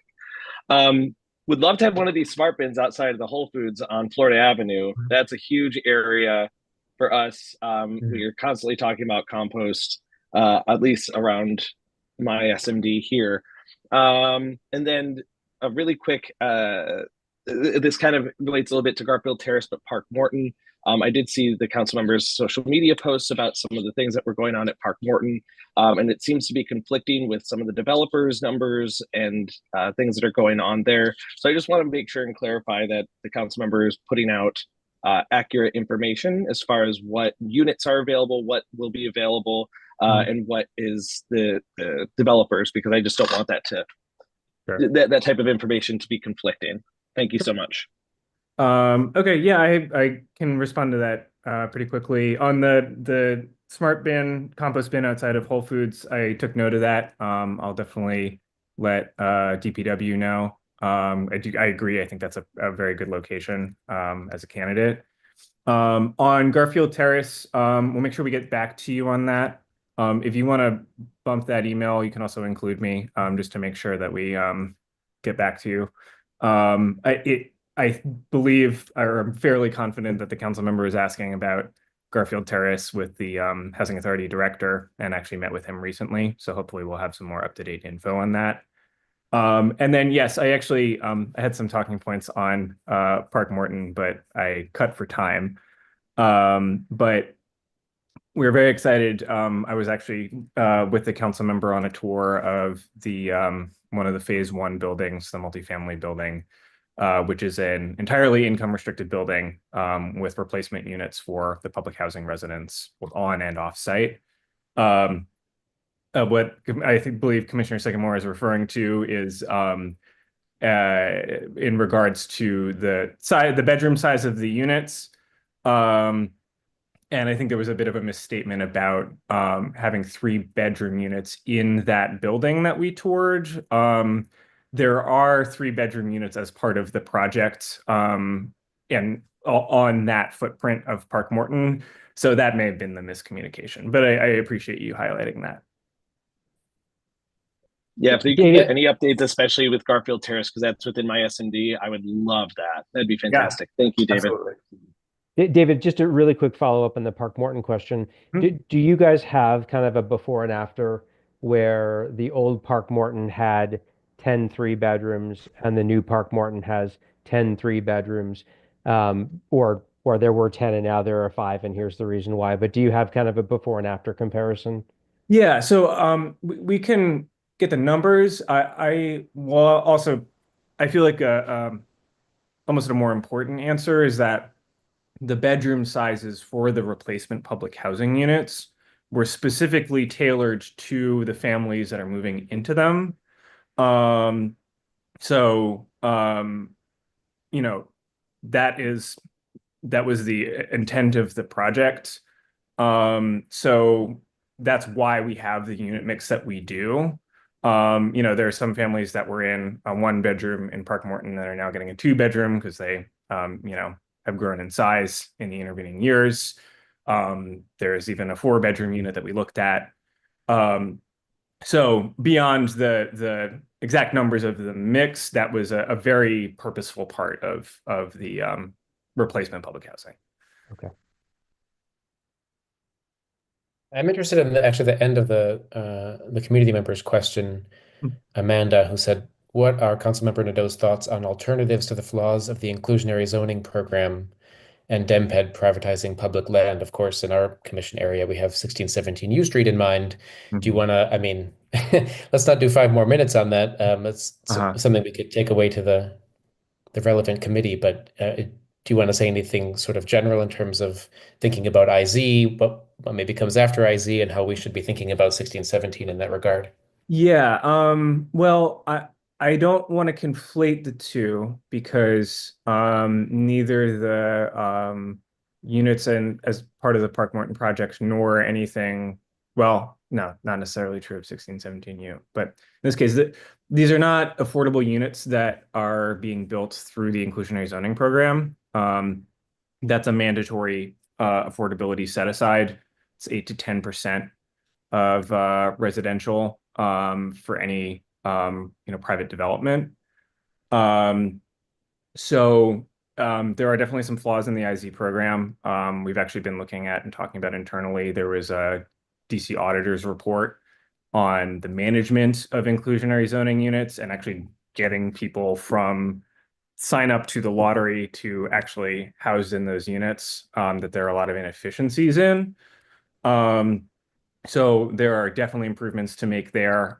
This is actually something that came up, I believe, on Monday was the Department of Housing and Community Development's performance oversight hearing that the council member also attended and went late into the evening.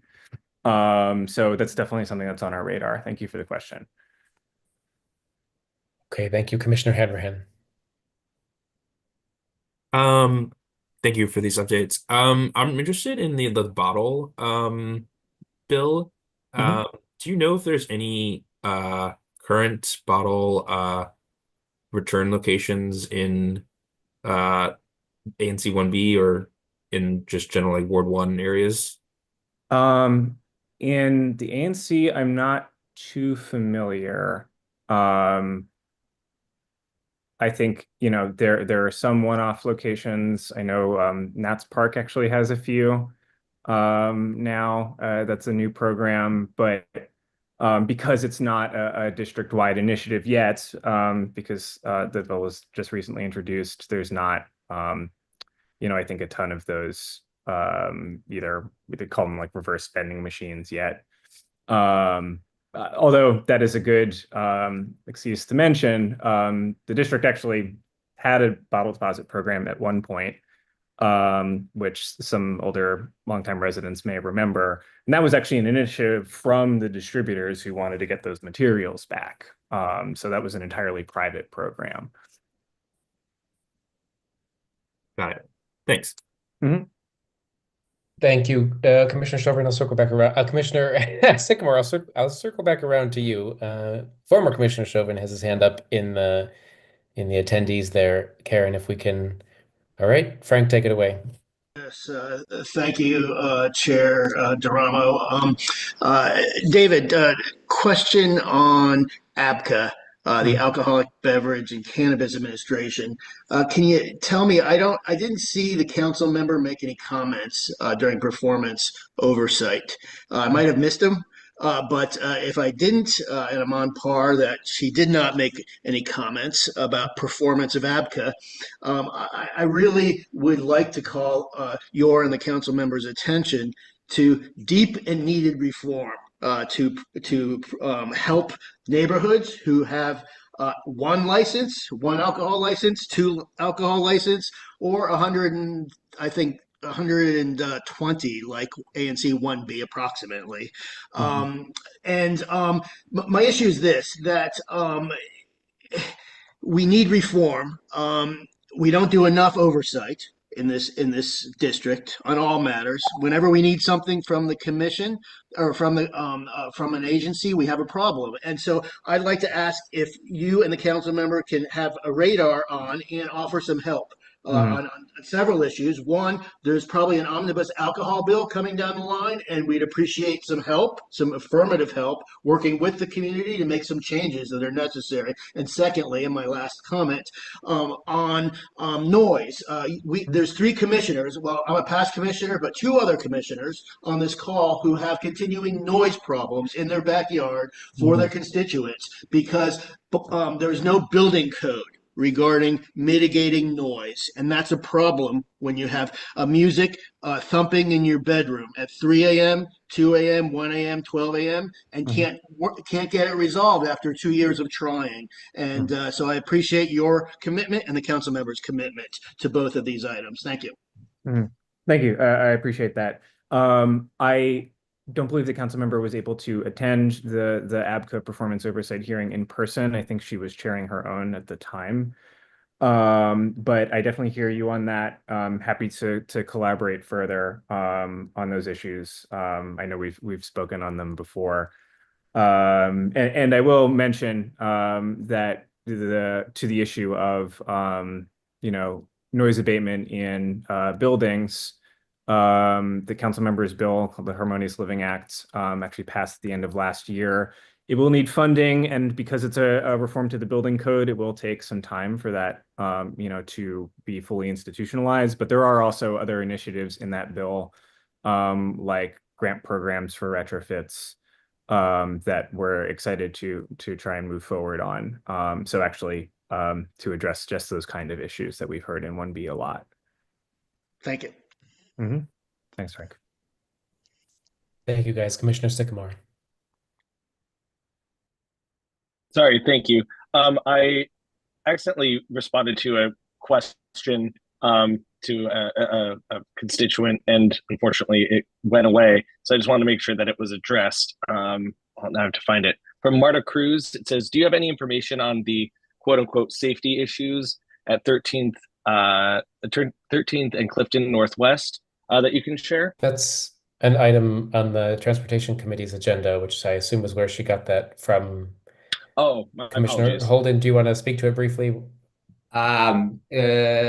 Yeah, so this isn't a thing we've discussed at the committee yet. It's an agenda item for Wednesday from one of the committee members who will be presenting on it, who lives in that area. He's concerned about sight lines and pedestrian crossing safety, and it's near schools, so kids crossing the road and stuff. So it's more about pedestrian safety was the concern that we're going to be discussing about on Wednesday.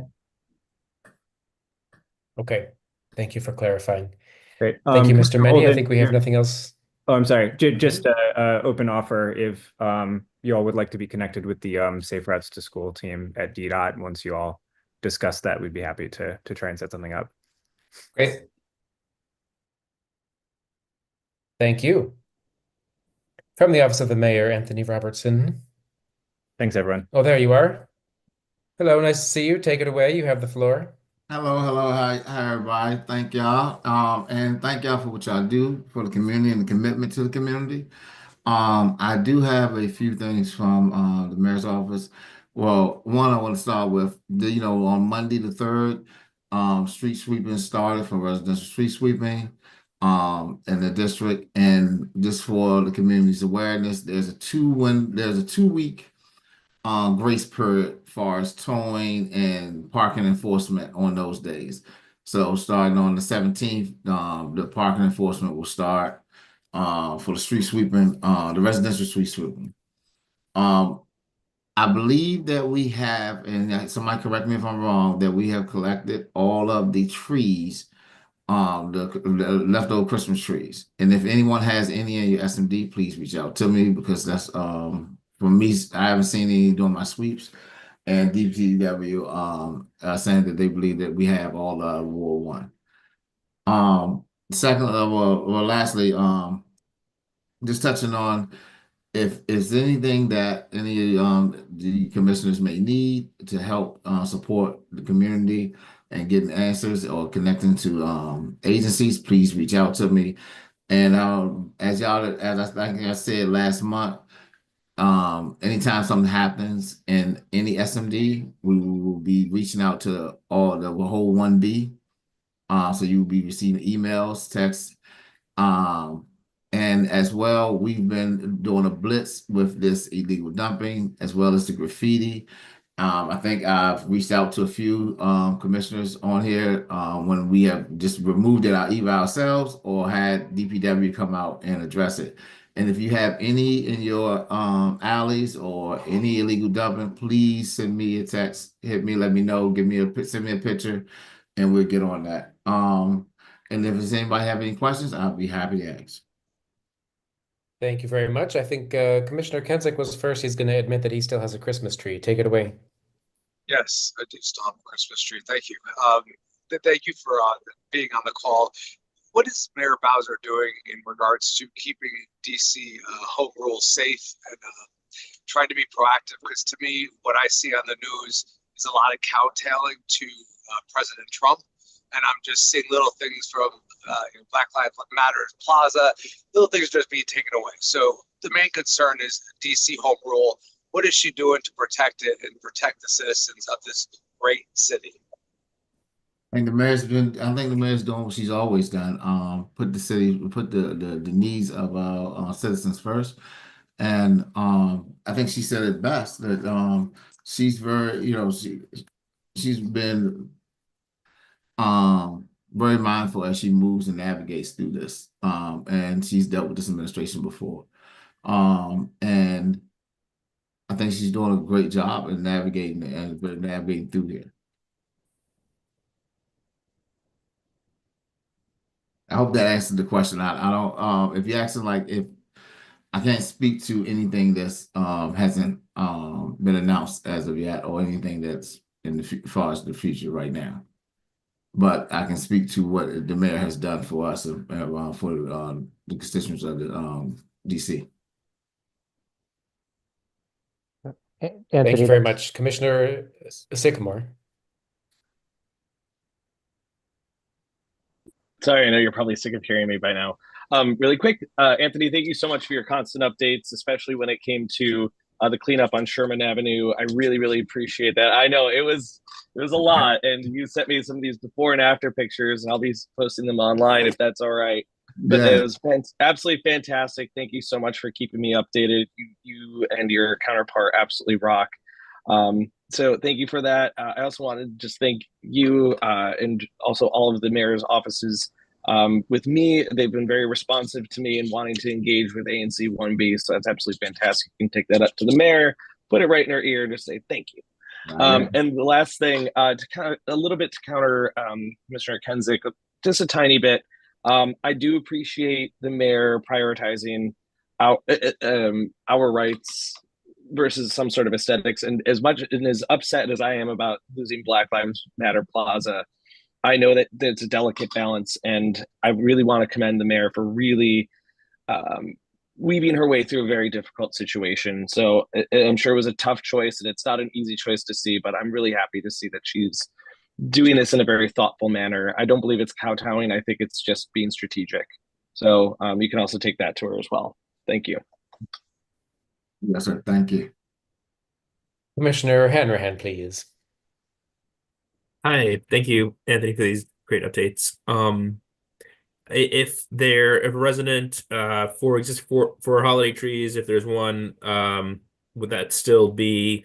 I know that the program expired on the 28th. Would that be a dumping request for 3-on-1, or how would a resident best be equipped to deal with that? If you have an address and a location, I can come pick it up myself tomorrow. I'll be in the ward sweeping tomorrow. So that's one of the other things we do when I'm in the ward. If we see it and it's and it's reasonable to lift and pick it up, put it in the back of the truck, I can grab that tomorrow if you have an address for me. Okay, thank you. I think I noticed one. I'll follow up with you. Okay. Thank you very much. On the same topic, I'm going to read a queue from the Q&A here from the community members. Jeremiah has asked, what can we do about people not picking up after their dogs? There's a segment of media near me where this happens a lot, and I'm not sure what I can do about it. I will second that, of course, in my SMD is Meridian Hill Park, and all the dog paths leading to and from the park are regularly soiled. And we have some proactive neighbors who have, with their own funds, purchased the little signs that go in the tree boxes that say, please don't leave presents here. We have a couple buildings that do also, of course, if they're out of their own pockets, pay for the doggy do stations with the bags. It really has not abated the problem at all. So I don't know if should we be talking to the Office of the Clean City? Are there any programs or resources that we as residents can engage in? What do you have All on right, so that? let me, hello? We got you, Anthony. Okay. Okay, my monitor must have went out. So let me make sure are you asked as the question, is there any like bags or anything, or what can we do about this people not picking up after their dogs? Or is it both? All of the above. I don't know if the Office of the Clean City, for example, provides signage. Do they provide bags and doggy do stations? Are So there the other? officer, so the Officer of the Clean City, will have in the past provided bags, but I believe it's for the parks that are district parks that are ran by district, and they normally coordinate with DGS, and that's not all the time, but I can connect you with Julius, who runs the Office of the Clean City at this moment. And or I can just I can ask and get back with you with the exact question, the exact answer. Now, as far as what do we do with the people who are just not cleaning up after their dogs? Now that was a little tougher because yeah, that was a little tougher to ask. Like what saying what do we do with that?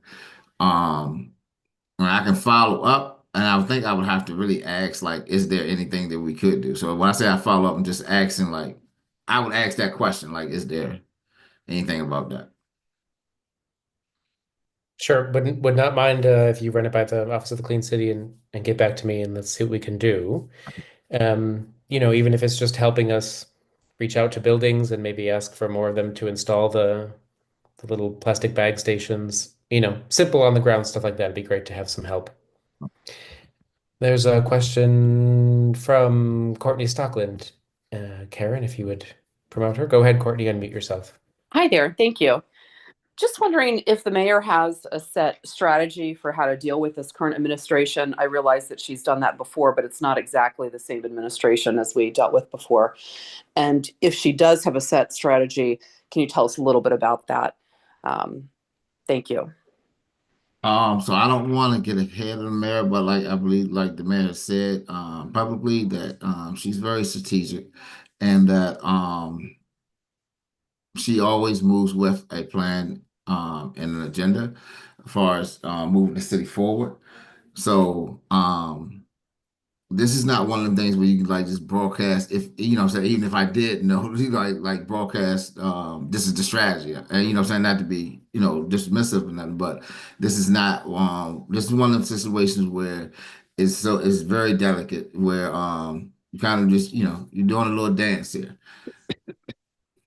if that makes sense. And I'm Yeah.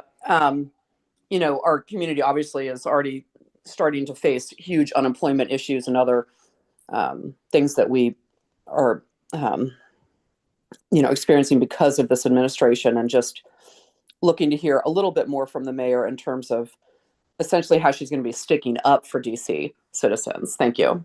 Yes, ma'am. Also, Ms. Courtney, so the mayor, there will be some events for the federal workers that was laid off or that was fired due to this what's going on in administration. So she I believe there's 3 planned locations and of job events for federal workers to help address some of that.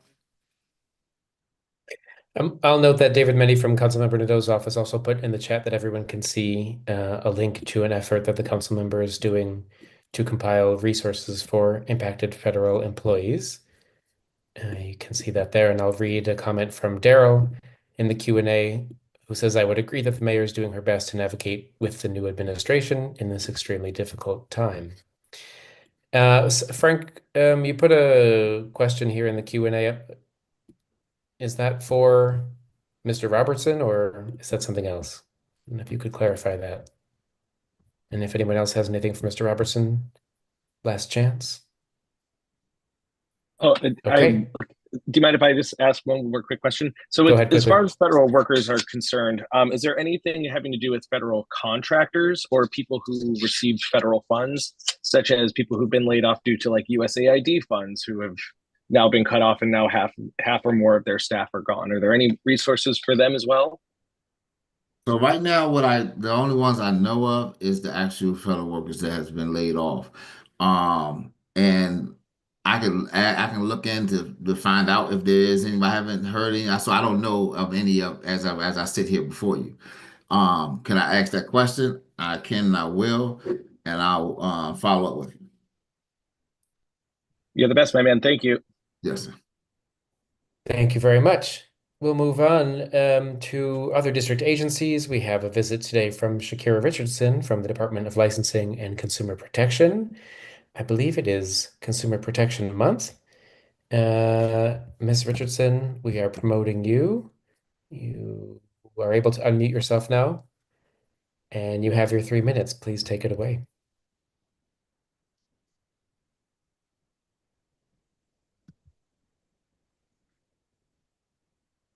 We're not hearing you. I see that you're unmuted, but we can't hear you.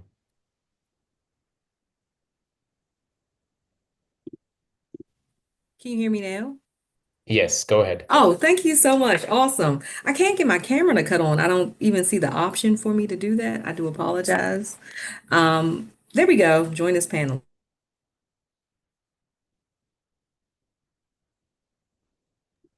Awesome. Come on, camera. All right. Good afternoon, everyone. My name is Shakira Richardson. I'm one of the program managers of the Consumer Protection Unit within the Department of Licensing and Consumer Protection. I have a whole presentation, but I'll drop that in the chat for everybody later on. And you're correct. This is Consumer Protection National Consumer Protection Week. And as you know, Department of Licensing and Consumer Protection, we are tasked with ensuring the financial growth and security and well-being of the visitors, the businesses, the citizens of the District of Columbia. And we do that by ensuring licensing of pretty much every business you come into contact with in the district, every non-medical business. Certain occupational professional licenses, such as like electricians, architects, all of that falls under our purview.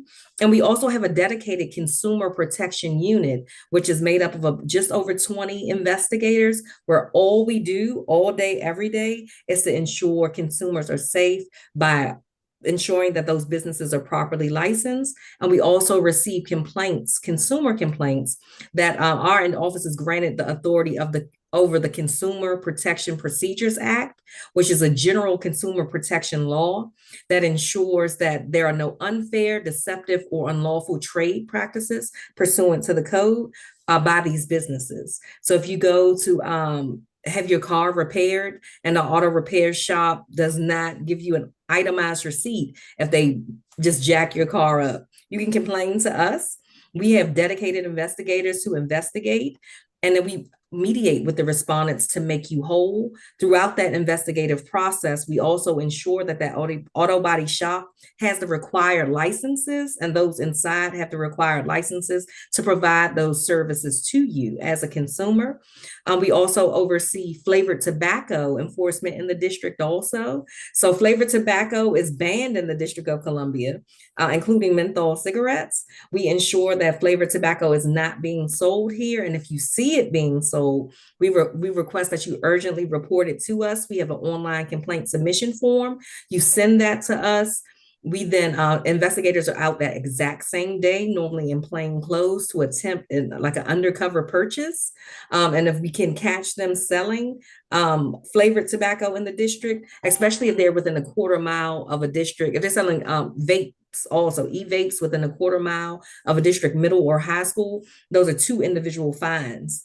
And we also always check for the business licenses. And the fines are hefty too. They're not small. They start at 2,500 and they go up to like 7,000. And then they go up to 10,000. And then if we catch you more than twice, we revoke your license. And people don't do that. So we generally acquire, oh, my time is up. I'm sorry. Yeah, you can finish that thought if you want to.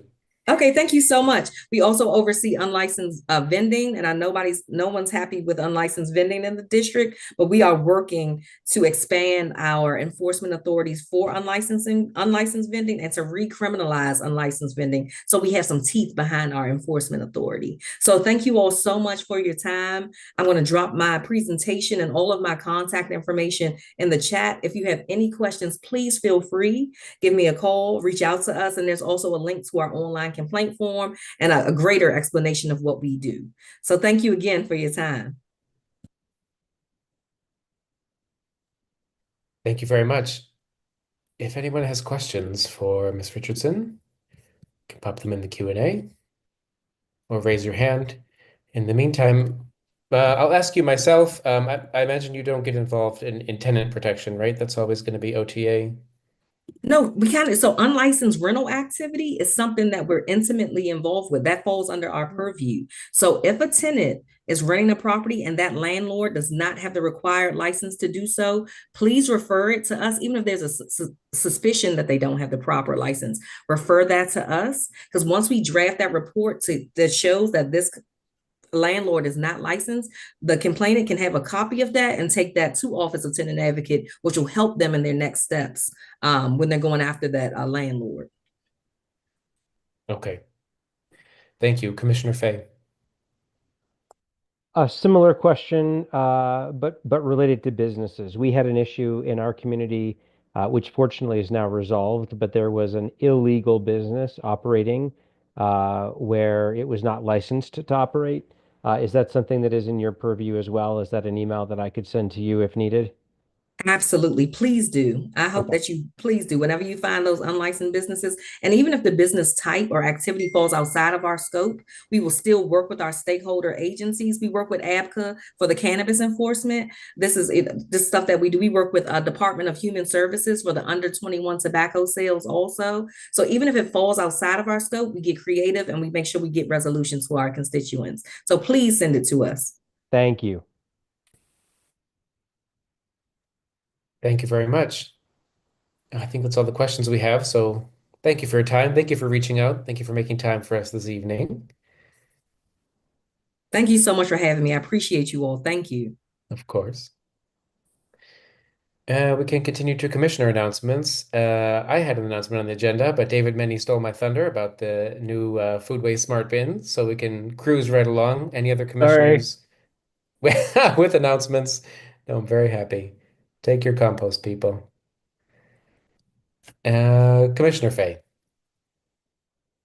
Just a couple of quick announcements from Ledroit Park. So one, Ledroit tangential, we had a T Street Task Force meeting today.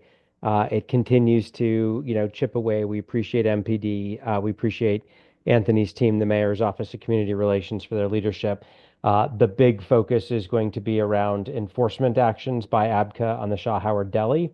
That continues to be a known bad actor in the neighborhood. It continues to be a source of a lot of the issues that we're seeing there. And ABCA is becoming bit by bit aware of both the settlement agreement and the kind of issues that are ongoing. So more on that, and I'm partnering with Francois.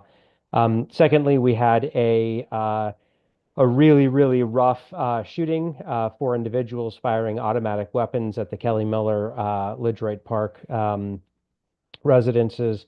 Again, we appreciate the work of the violence interrupter and her team, Reverend Judy, MPD, for all their hard work, but it's still a thing that the community is very much concerned about.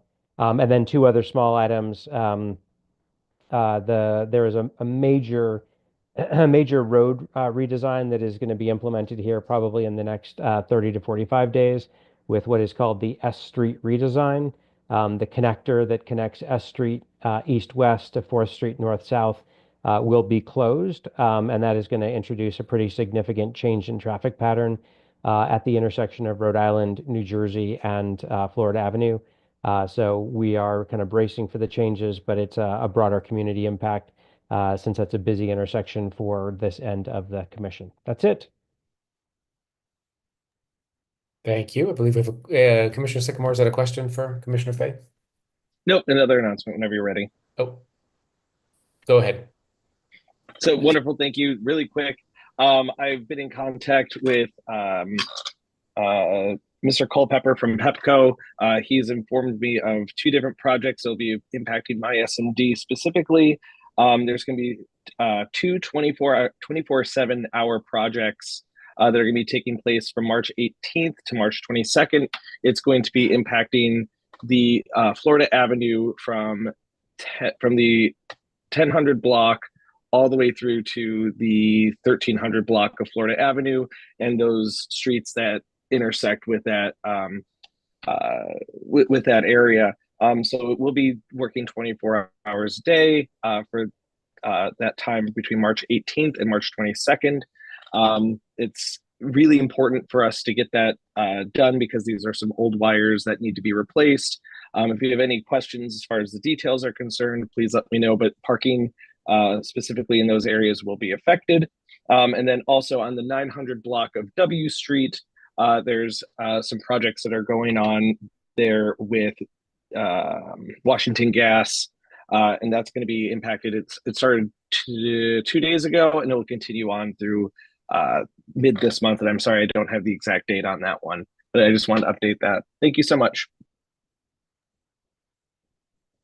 Thank you, sir. Any final questions? Oh, Commissioner Hanrahan. Hey, sorry, I kind of zoned out for a second. These are commissioner updates here. Yes. I wanted to just update. I think a new building has been built and a new coffee shop opened up on the address is 2600 14th Street Northwest. It's the Novel Building, which is separate also from the Faircliff Building, which is 2641 14th Street. The Faircliff is actually it's right in the corner of where 1B meets 1A.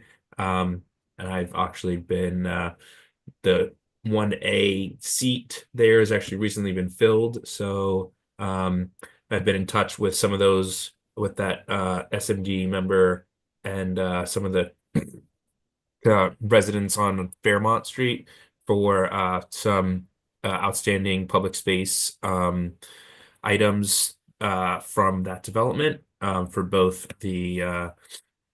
sides of the building. So it seems like the developer has agreed to go and complete these items. So that's really good to hear.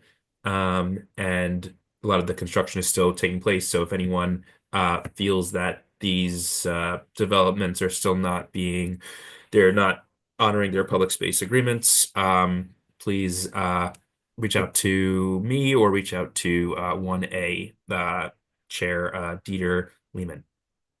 Thanks. The new 1A chair is Jeremy Sherman, so flood his inbox.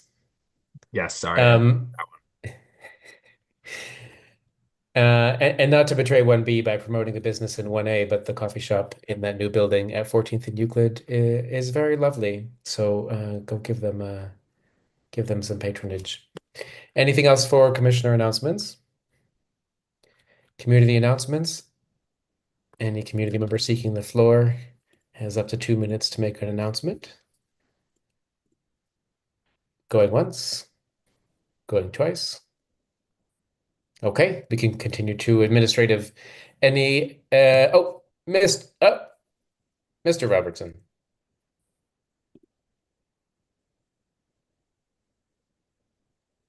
I don't know how I forgot this. I apologize, y'all. One of the new thing, I'm always coming up with some new initiatives to try to do. I went to 1B01 fish scales, and what I did was post it on our chat on our page, social media page, And if you have any businesses that you that would like me to come to, will be free, and I will definitely post it on our social media page. I just wanted to get that out there. I apologize. That's one of my first things. I apologize. Thank you. You're good. Thank you very much. Commissioner Padro, I see you there. Karen, if you can promote for unmuting. All right, Commissioner, go ahead. Yes, just one announcement from Shaw Main Streets on April the 17th from 7 to 9:30 p.m. at the Howard Theater in C1B. Shaw Main Streets will be presenting Eat, Drink, Shaw, Savor the Flavor. This is the annual Shaw Neighborhood Food and Beverage Showcase. It's also a fundraiser. There is a neighborhood discount that is active until next Monday. That's $25 instead of $100. So I wanted to share that with the community residents. So if you'd be interested, you can get more information at eatdrinkshaw.com. Thank you very much. Very nice. Thank you for the invitation. Okay, executive officers' reports. I don't believe anybody has anything. Executive committee? No, no, and absent. Great. Commissioner Lemon-Strauss, the revision of the prior meeting minutes. This time we'll do it right. The floor is yours. Well, this is actually a different revision of different That's meeting true. minutes. So we did it successfully last month, and it was so successful we decided to do it again on a different prior meeting. Stay tuned next month to when we were hopefully not, hopefully never again. In this case, I put in the chat the specific text that we need to approve. Just for a quick background, there was just a typo in the meeting minutes, which is totally normal and fine and no one's fault, but there was a typo in the meeting minutes of the November 2024 ANC meeting, which meant we sort of obviously meant to approve a certain quarterly financial report, but the meeting minutes recorded it as the wrong quarter. And Office of ANCs does need us to make sure that we are clear which quarterly financial report we are approving. So the motion we're going to vote on here is to note that we did in fact approve the FY24 Q3 quarterly financial report at the November 2024 ANC meeting, which will allow us to then get that approved, which unblocks the Office of ANC for further oversight of us. Wonderful. So I think would you like to state your motion? Yeah, Yep. so the language in the chat for everyone. So if everyone, so I would move to approve this language, which this motion that the commission hereby corrects the minutes of the November 2024 meeting to reflect that at that meeting, the commission approved the FY24 Q3 quarterly financial report. Very nice. Do we have a second? I second. All right. Any discussion or debate? Seeing none, all those in favor say aye. Aye. Aye. All those opposed, nay. And the motion passes unanimously. Thank you very much. Thank you very much, Treasurer Lemon-Strauss. The only other item on the administrative section of the agenda is mine. I just wanted to give committee chairs a heads up. Raisa Singh, of course, is now on board as our outreach consultant. She is taking over ownership of the website and our MailChimp newsletter. And she's setting up a regular newsletter schedule. We're hoping to do 3 products a month, maybe bumping up to 4, which would make it, of course, a weekly product. Not only the commission announcements and reminders, the meeting announcements and reminders, which are a bit dry, but we are hoping to do some more fun products that list local events in the commission area, new business openings, all that kind of stuff that actually is of use to the community more broadly from just the commission's business. So we will be sending out an email with her schedule and the deadlines to meet to get your content into those newsletter products. So that'll just be a monthly schedule of deadlines for when we need your agenda preview for the following month and when we need your committee minutes for posting on the website. So we'll get into a good groove. I know this week I had a bit of an emergency email to ask you guys for your minutes and stuff the day before the newsletter went out. We are ironing out the process, so it'll be a well-oiled machine, to mix my metaphors, very soon, thanks to Raisa's help and planning. So look for that very soon in your inboxes, please. With that, we can move into new business, the most exciting part of the night. First item, we have Commissioner Hanrahan is from your committee, ABCR. The floor is yours, sir. Yes, thank you. I actually think this it is a co-item with myself and Commissioner Holden. There at the committee meeting on February 19th, there was a placard for this new application for a medical marijuana retailer titled the Holistic District. The address for that is on 2002 17th Street Northwest. And the committee did vote with 4 yeas and 2 nays to protest the application on the grounds of noise, litter, and peace. Peace, order, and quiet. Peace, order, and quiet. Sorry, thank you. I will get that right. Peace, order, and quiet. On the condition that the protest would be dropped or dropped if we come up with a settlement agreement. So simultaneously, while this was going on, I think Commissioner Holden was working on a settlement agreement with the owner of the Holistic District. So I can speak to that if you'd like. Thank you. Yep. So I believe Kevin Archer, the business owner, is here. So he would maybe want to just, say hi really quickly, no presentation or anything. We did that at the committee meeting, but I met with him a couple weeks before the committee meeting, kind of went over his plan. He purchased the building at 2002 17th Street Northwest. The shop is going to be the first floor. There's rental apartment units above that eventually they'll rent out, as separate apartments. But the idea is just it's a medical marijuana dispensary. The only real comments or concerns I got from residents when I talked to people about it was at other, more like the gifting shops usually, but at other businesses, cannabis businesses, sometimes they'll play loud music outside or like bright signs or can be more disruptive. And Mr. Archer shared that, there's no intention for that. They want to be a good neighbor on the block and are investing in the community. So we were able to come to a settlement agreement. It's based off of one, basically, good smoke that we did previously, just a month or two ago. It's all of the same provisions as that we've been comfortable, supporting in settlement agreements with cannabis dispensaries before. The only differences are that it's tailored for this business, right? So it's with his hours and things like that. But all of the delivery provisions and the trash and noise and things like that, all of those provisions are things that we've previously voted on in the settlement agreement.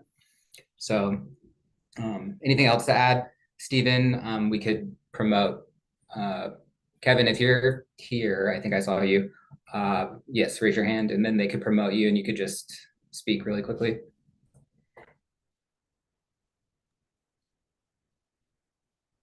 Kevin, you're able to, go ahead. Good afternoon, Chair and Commissioners and community members as well. Do we have a camera option or should I just speak with audio? As you like, you should be able to turn it on if you'd like to. It's like a panel button, maybe.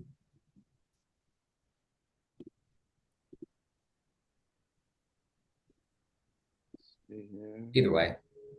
Bear with me. Turn my camera on. All right, can you guys see? All right. So good evening. My name is Kevin Archer. I am the owner of the Holistic District. As Commissioner Holden mentioned, we recently purchased the building at 2002 17th Street.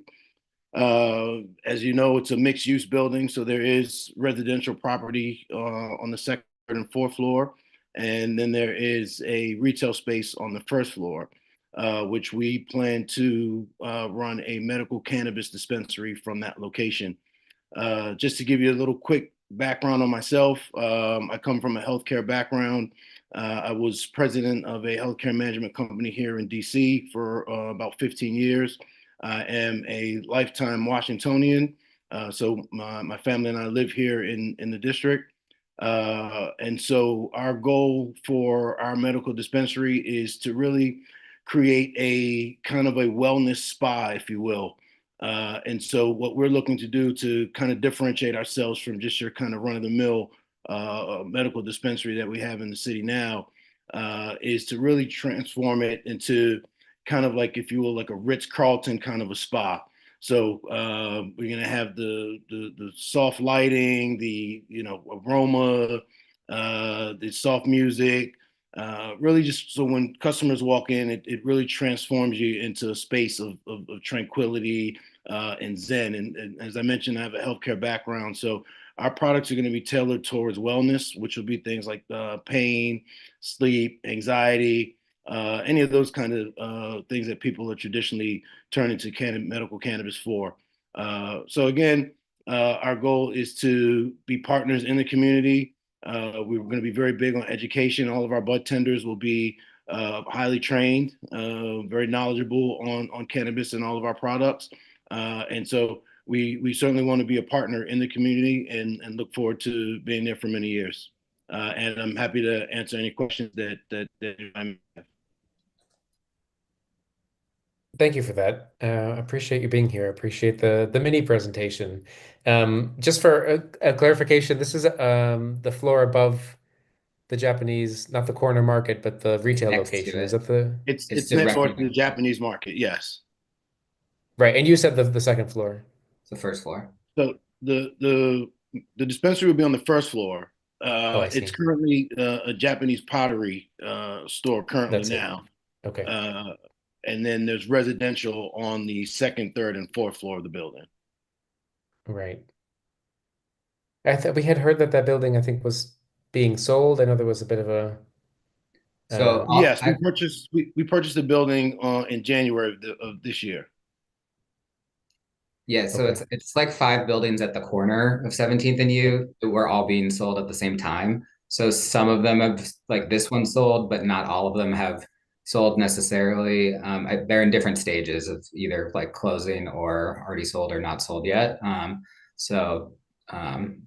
This one might be the first one that actually sold. Okay, thanks for that context. Did you want to speak as well, Commissioner Holden? Oh, I was just gonna, if there weren't a lot of questions, I see Commissioner Sycamore has a question, but I was going to move to support the settlement agreement. Okay, I'll accept the motion now. We can move into debate. Is there a second? I second that. Okay, thank you very much. Commissioner Sycamore, the floor is yours. Thank you. Just really quick. I do know that there's another cannabis store. I believe it's a cannabis store, Smoke Shop DC, that's on U Street, just on the block over. So I'm not sure. I'm not an expert on this, so I'm not sure what the rules are as far as proximity from one smoke shop to another.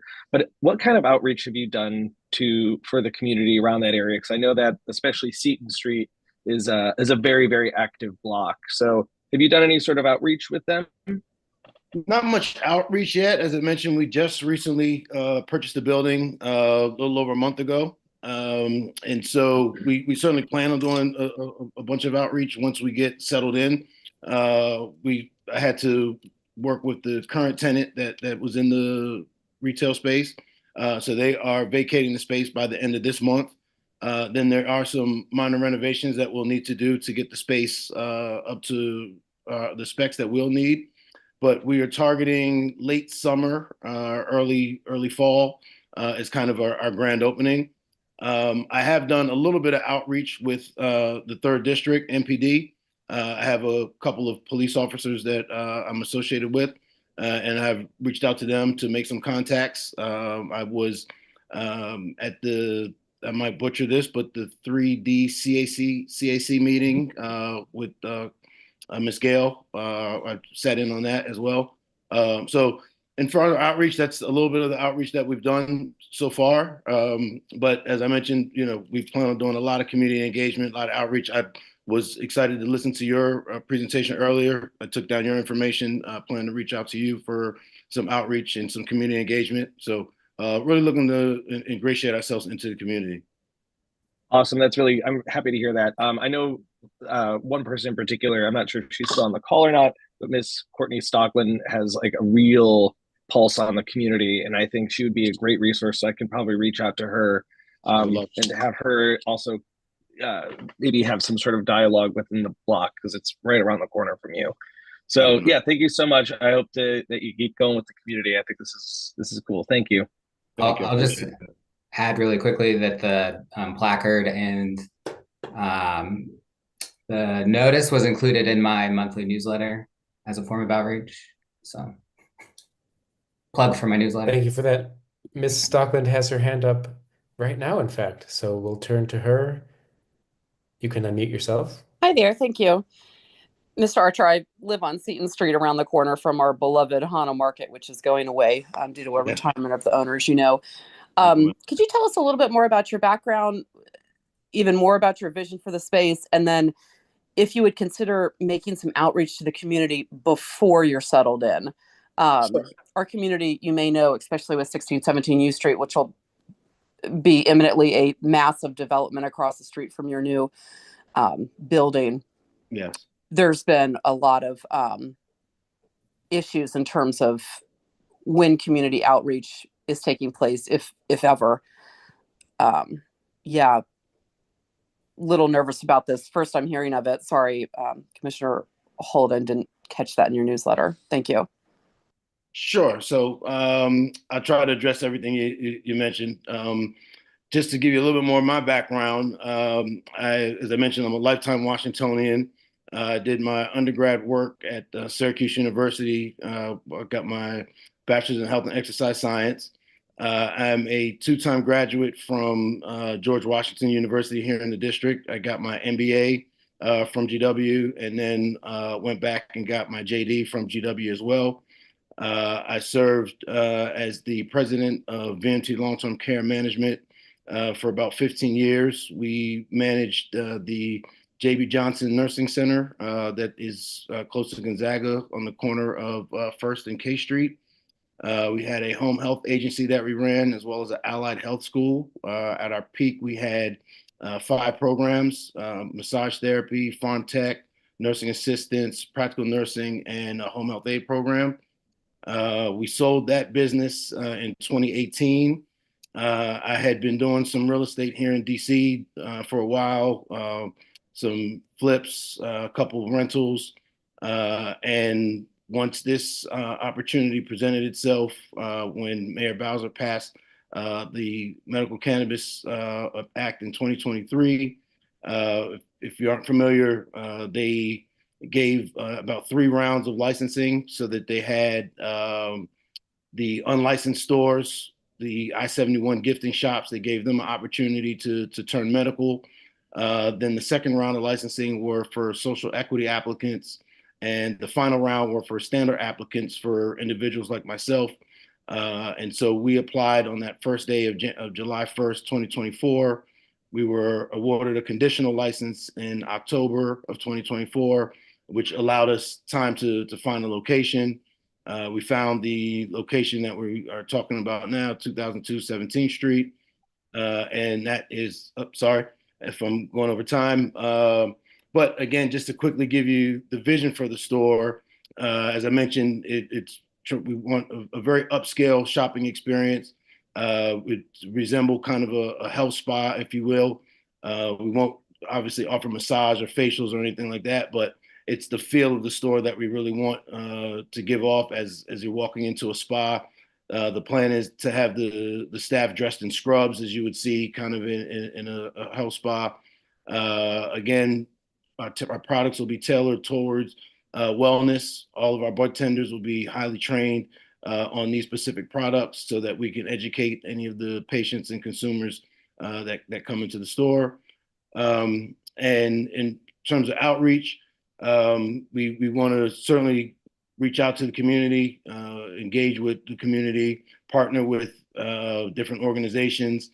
So certainly interested in meeting and connecting with as many people as possible to not only get the word out about the benefits of medical cannabis, but also just to see how we can help in the community and be a part of the community, because our goal is to really ingratiate ourselves into the community and be a part of 1B.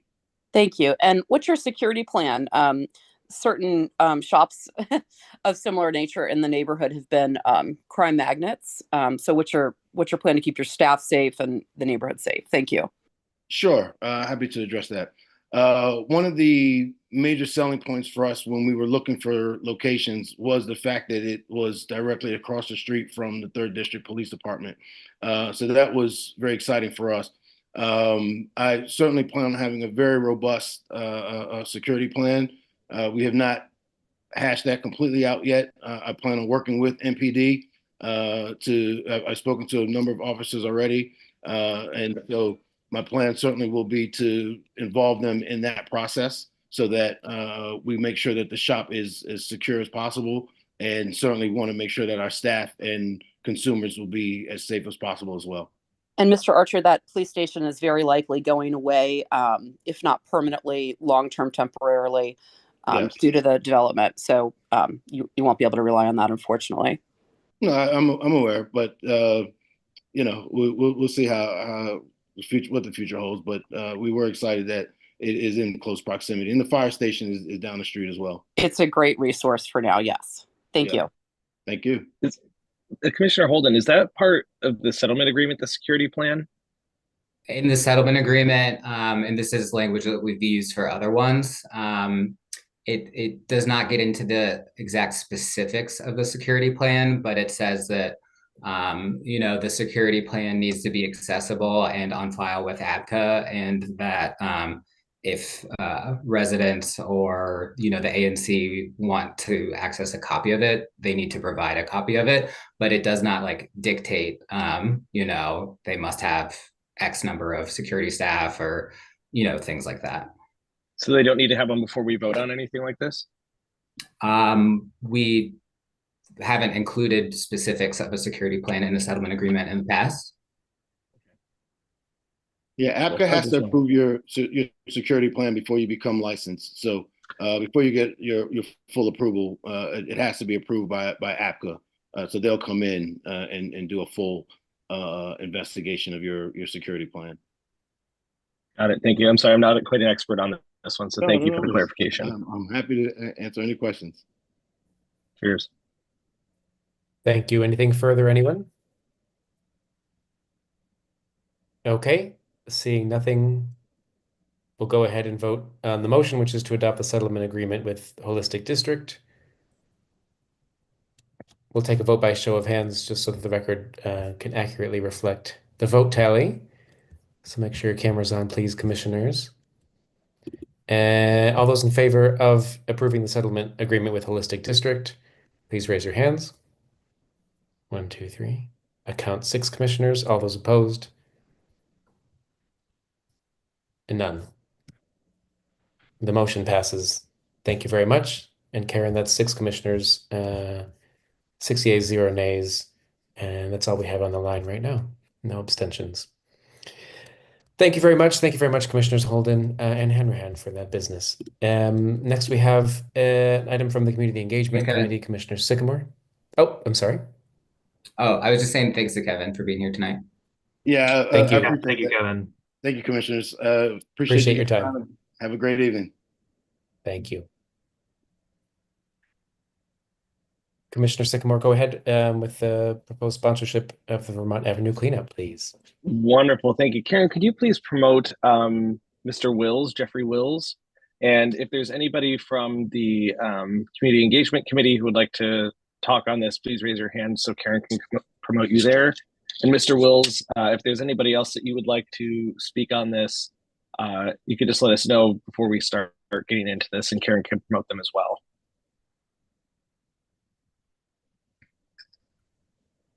Mr. Wills, is there anybody else that you would like to join you with? It's just me. Just you. All right. So to give just a really quick background, this has been a ongoing grant that we've been doing for quite a while. Mr. Wills has been a part of this, I believe, correct me if I'm wrong, for the past 2 decades, doing the Vermont Avenue cleanup and restoration garden party. It's absolutely fantastic. It beautifies the neighborhood.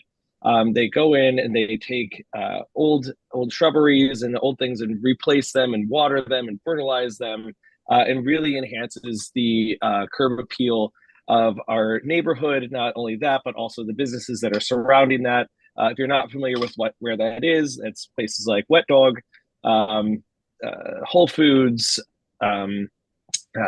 American Ice Company, right along all that area near the Floridian, and it goes all the way down past U Street, I believe, all the way to S Street. It's a really fantastic organization, so I really encourage people to take a careful consideration of this.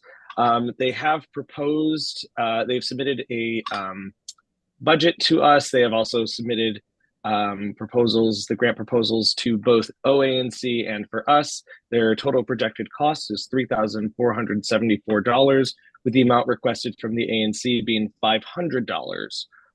And there is an itemized list as to what that would be going towards, but nothing that goes against any of our bylaws, such as using these funds for continuous improvement, continuous funding of their organization or any sort of food or anything. It goes completely towards plants and other necessity items. This is completely volunteer. As far as I know, this is a completely volunteer-based 501c3. I plan on being out there for as long as I can. It is my husband's birthday, so we're going to see how long that I can go out there for. But I do plan on going, and it's a really wonderful opportunity. So, Mr. Wills, do you have anything to add? Can I just ask or make a point of clarification, and that is that the proposal here is for a sponsorship. Although you use the word grant, this is a sponsorship. So the only reason why I use the word grant is because that's the word that's being used by the OANC, and that's what's on our application process. So yes, it is a sponsorship, but it does use the word grant. So that's the only reason why I've used that. Okay. I mean, am I wrong? I don't know. I thought we couldn't use grant for this one. I thought Vice Chair Harris brought that up as an issue last meeting. Yeah, she had. That's why I was, in her absence, wanted to raise it and just make sure we were on the level. Yeah, I mean, it just from what I'm seeing here on the, I mean, it literally says Advisory Neighborhood Commission grant application form. So that's the only reason why I've used that term. Okay. I'm not, maybe it's just semantics. I'm not sure. Okay. I didn't know if Commissioner Lemon-Strauss, were you aware of any legal distinction there that we need to draw? Sure feels like I should be, but I'm not. But I can take it as I will take it as a takeaway from me to become more educated on whether and what the distinction is. Yeah, and if you can keep me in the loop on that, I remember hearing that from last time, and I couldn't find any sort of language as to why we couldn't use grant as opposed to sponsorship. I know that was a lengthy discussion, but I couldn't find any text on why we could or could not use it. So, yes. Any more questions? I do, but maybe Mr. Willis should speak first, and then we can ask the questions. Okay, yeah, go ahead, Mr. Willis. Hey, yeah, I didn't say anything after that glowing introduction. Thank you, Commissioner Sycamore. And I'm not getting video. I don't see any way to get on here. You don't need to see me, but if it's easy, tell me how and I'll do it. You can keep going. It's fine. Just talk. Okay. Yeah, unless you want to. Panelist? Is that what I? Oh, join as a panelist if you want to do that. Yeah, there you go. Commissioner Holden says yes.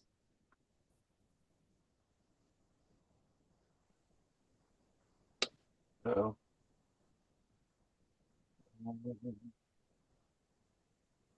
Can you hear me now?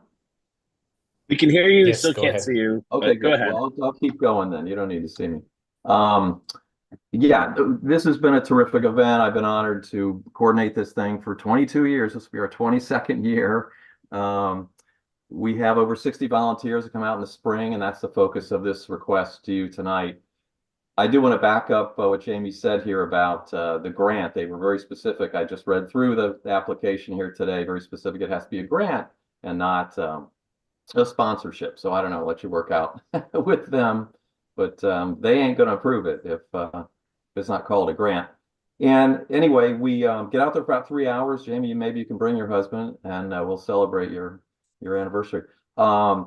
And then we have an event again in the fall. That's not what we're requesting funds for this this deal here. And it's just a terrific way to build community, get volunteers to come together. You know, pretty much everybody's a resident here.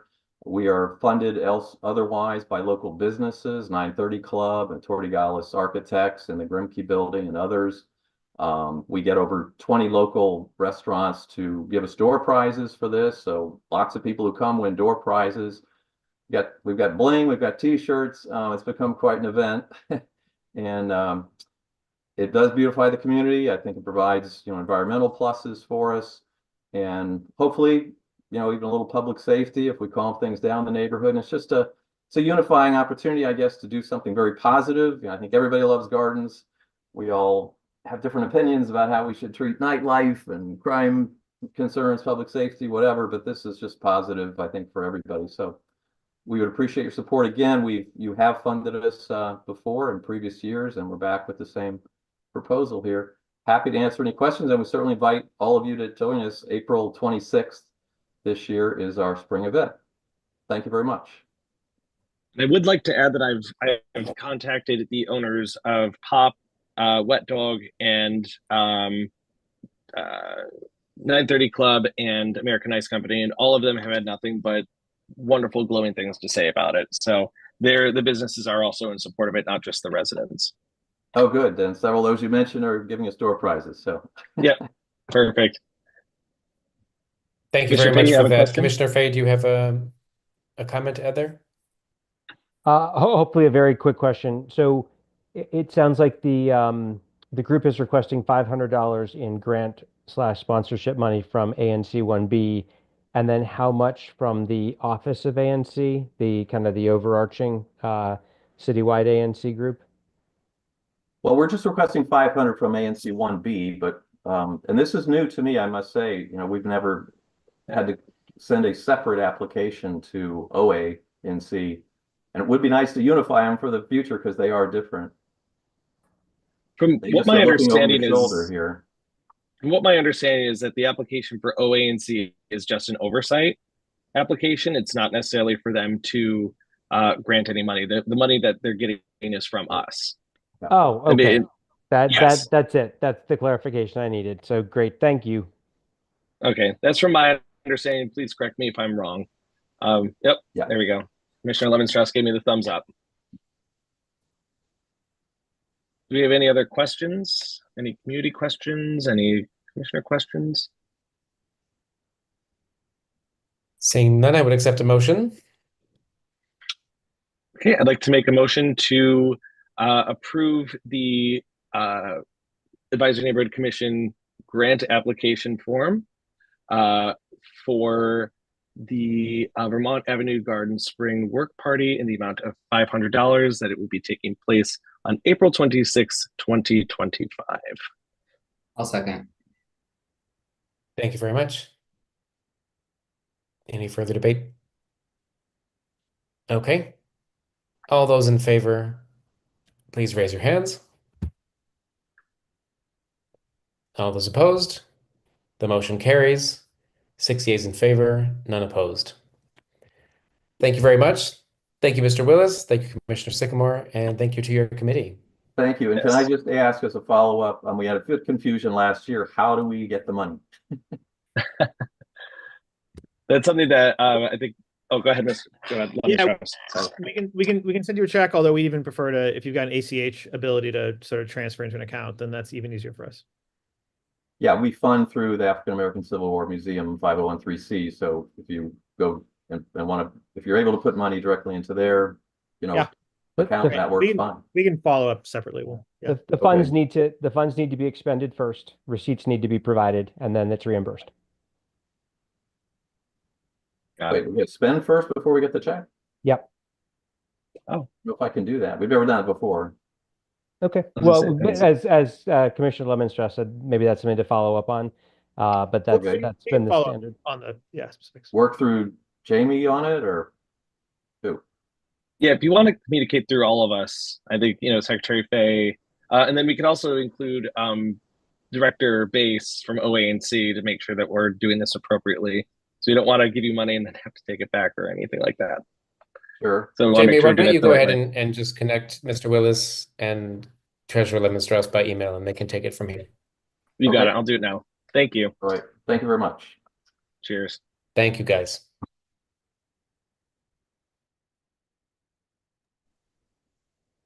All right, final item on the agenda arose from ZPD committee. Commissioner Kenzek is no longer on the call. He And I did. see the vice chair of the committee. Yeah, sorry, Sorry. Mr. Chair. Commissioner Kensick had called me earlier, knowing that he may not still be on, and asked if I wouldn't mind presenting his ZPD proposal. Wonderful. Take it away, please. Okay. The ZPD committee met at their regularly scheduled time. They reviewed a Historic Preservation Review Board case, HPA 25-93, regarding construction at 1922 9th Street, which is in the Arts 2 district and is in the U Street Historic District, the Francois Berrios Single Member District 1B02. There is a HPRB hearing date that is scheduled for March 27th. And the application request is the review concept and design for alteration and two-story addition at the rear of a row house at that location, 1922 9th Street. The committee reviewed, discussed, it was a very extensive debate about the position that they thought that the commission should take. They ultimately voted 6 yeas, 0 nays, and 2 abstentions to the following motion, and that is to recommend that the commission send a letter to HPRB requesting disapproval of the applicant's request at 1922 9th Street, case HPA 2593, for the extension of existing structure with the reasons that the rear elevation is not compatible with the historic district guidelines. Number one. Number two, the lack of community involvement. Or three, the lack of notification provided by the building owner to the neighbors. And so their recommendation is a letter in opposition to this particular case in the hearing, which would ultimately then trigger discussion amongst HPRB for additional engagement and potentially a review of the proposed plans. Thank you for that. We have some questions, Commissioner Lemon Strauss. Yeah, thanks. So, and sorry for not being at the committee meeting where this was discussed, and so I don't want to relitigate the discussion. I did take a look at it, and it looks like it's not actually building up at all. It's merely extending the roof. So there's no increase in height. So I'm confused why we would object to the elevation of the rear addition when the elevation is not higher and in fact slopes down just as a normal building practice from the street. So I was confused by that. The lack of neighbor engagement, I assume that's because they didn't engage the neighbors. So I have no factual quarrel with that. Although I guess I'm not sure that I would personally support sort of wanting to vote against the entire engagement just because of that. It feels like that could be taken up with the zoning commission. But particularly curious on this factual question to me, it feels like of the height of the addition, which based on the plans that I saw, I don't think it actually is higher than what's on the street now. Yeah, and I will confess, Commissioner Lemon Strauss, that the absence of the chair of the ZPD committee in this case does not help us. Your assessment of the two-story extension or addition, I believe, is correct in the sense that from the street side and the total height, it is not adding height. The discussion, as I understand it, was that the extension, which would add height to the rear of the building, had met with a compatibility issue as the committee had discussed it and reviewed it. And so they were concerned that it was not compliant. I think the other issue, which is separate in its own, is that there had been no engagement and no notice provided. And so there was a sense that neighbors were both surprised by this, but also had not been given any opportunity for feedback.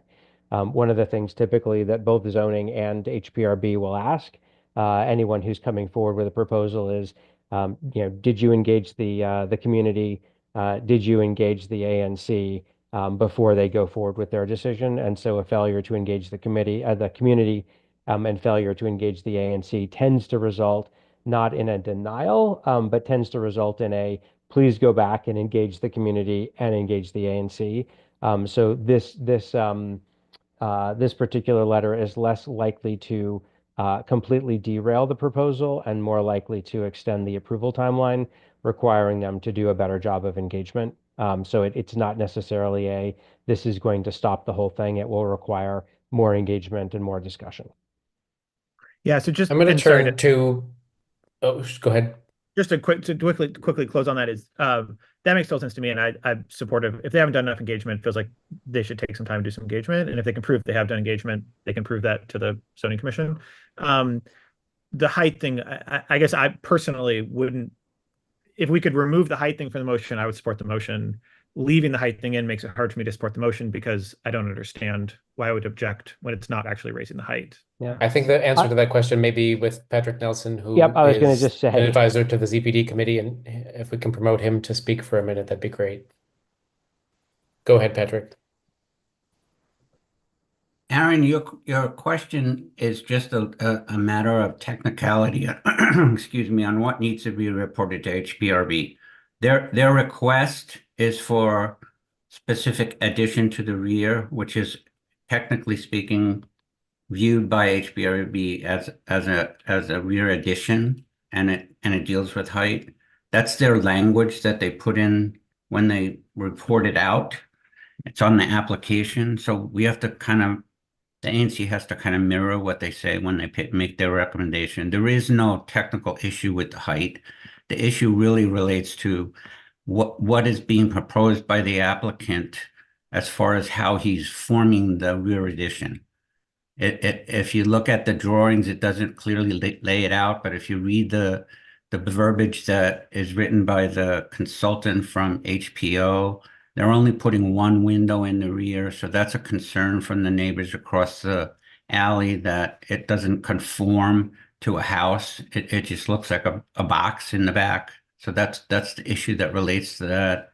And the reason why this is done this way, which Matt referred, is that the ANC only has one bite at the apple. And if nothing is sent in to the ANC or from the ANC to HPO, they assume that there is no issue. So because of the timing of this and the fact that the applicant never came to us and we had to reach out to them to come to a meeting, if we don't put in a disapproval from the ANC, HPO will just not, you'll lose your chance to readdress it at a later date. That's the main reason why we're doing it this way. And it's a historical thing. It's always done. ANCs do it all around the city. It's not unique to this ANC. You have one chance to get your voice said, and if you don't voice it at the right time, you lose it. Patrick, it's particularly important to me to hear you say that the ANC ZPD committee actually had to chase down this particular property owner, as opposed to them coming voluntarily forward to participate in ZPD. So I think part of what you're saying is there is additional time needed for a real and robust conversation, and that this particular letter in opposition, or rather disapproval, is more to engage in the full discussion that needs to take place. Yes, and that's, to be honest with you guys, that's the reason why I had Alan invite HPO to our meeting to explain how the process works, to get because we have quite a few new committee members that are not up to speed on how it works. I've got them so that they can now sign up and receive notices so they can review and see if there's a case coming before them, like just showed up on the one that just went out today that we've had no contact with. So it's kind of trying to get back into the mode of educating the committee members on how they can get information, but it also is vitally important from the standpoint of the ANC having its ability to weigh in when it has its great weight available to it. Because if you don't do it, you lose it. You can't go back later and say, well, we didn't want that to happen. Same thing with BZA and the zoning commission. Commissioner Holden has a question as well. I want to make sure we can have that. Well, Patrick, we've got you. Yeah, so I hope in the future we can avoid the chair of the ZPD and the commissioner of the area that the issue is in not being here. I think this makes it a really difficult discussion. But I think we do have evidence in front of us, and no one's brought up the HPO recommendation yet, the Historic Preservation Office recommendation. Their evaluation is that it is the addition is compatible with the historic district as it adds to the residents in a historically appropriate manner.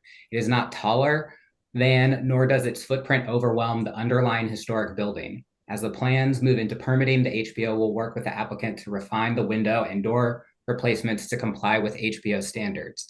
Their recommendation is that the board find the concept compatible with the character of the historic district and consistent with the purposes of the act, and that further review be delegated to staff.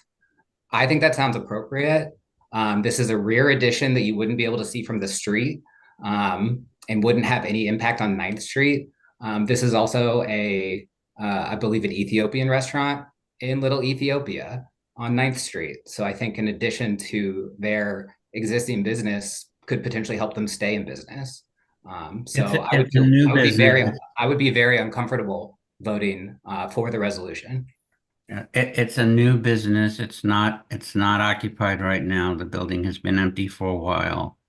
And Steve Colcutt actually said when he was at the meeting to us and privately to me and to Alan when we talked, that they have determined there's issues that they are also asking the applicant to come back. So I follow what you're saying, Matthew, because I read through all of that stuff. And we had a huge, like I said, a very intense debate back and forth about whether or not we wanted to put in this recommendation. I'm going to add this comment from the Q&A, which is from Commissioner Padra, who notes that elevation, this is in response to Commissioner Lemon-Strauss's question, elevation here does not refer to height, but the facade rendering. I don't know if, Mr. Nelson, you want to add a little more color to that to just understand the term that's being used in the committee motion. Yeah, the elevation is from my understanding, from my experiences, is what HPO uses for how to build on top of a current building that's in a historic district. And as Aaron has said, they're not going above that level. They're staying within the height. It's just how it's interpreted from the rear. And technically, the addition is just being added onto the back. It's not seen from the street, which was pointed out in the meeting. And usually they do a sight line for additions. So that it's just a matter of how it looks from the back. On just a clarification, on architectural plans, there's like a front elevation and a rear elevation. It's just how the front and the back look. That's just the term for it. Mr. Chauvin, I see your hand there. I'm going to give deference to Mr. Meny from the council member's office, who, if you wanted to add something on this point. I'm sorry, I didn't have my hand raised. Oh, I'm sorry. I'm seeing Patrick's hand next to you. Yeah. Well, sorry to make you jump in your chair there. Mr. Chauvin, go ahead.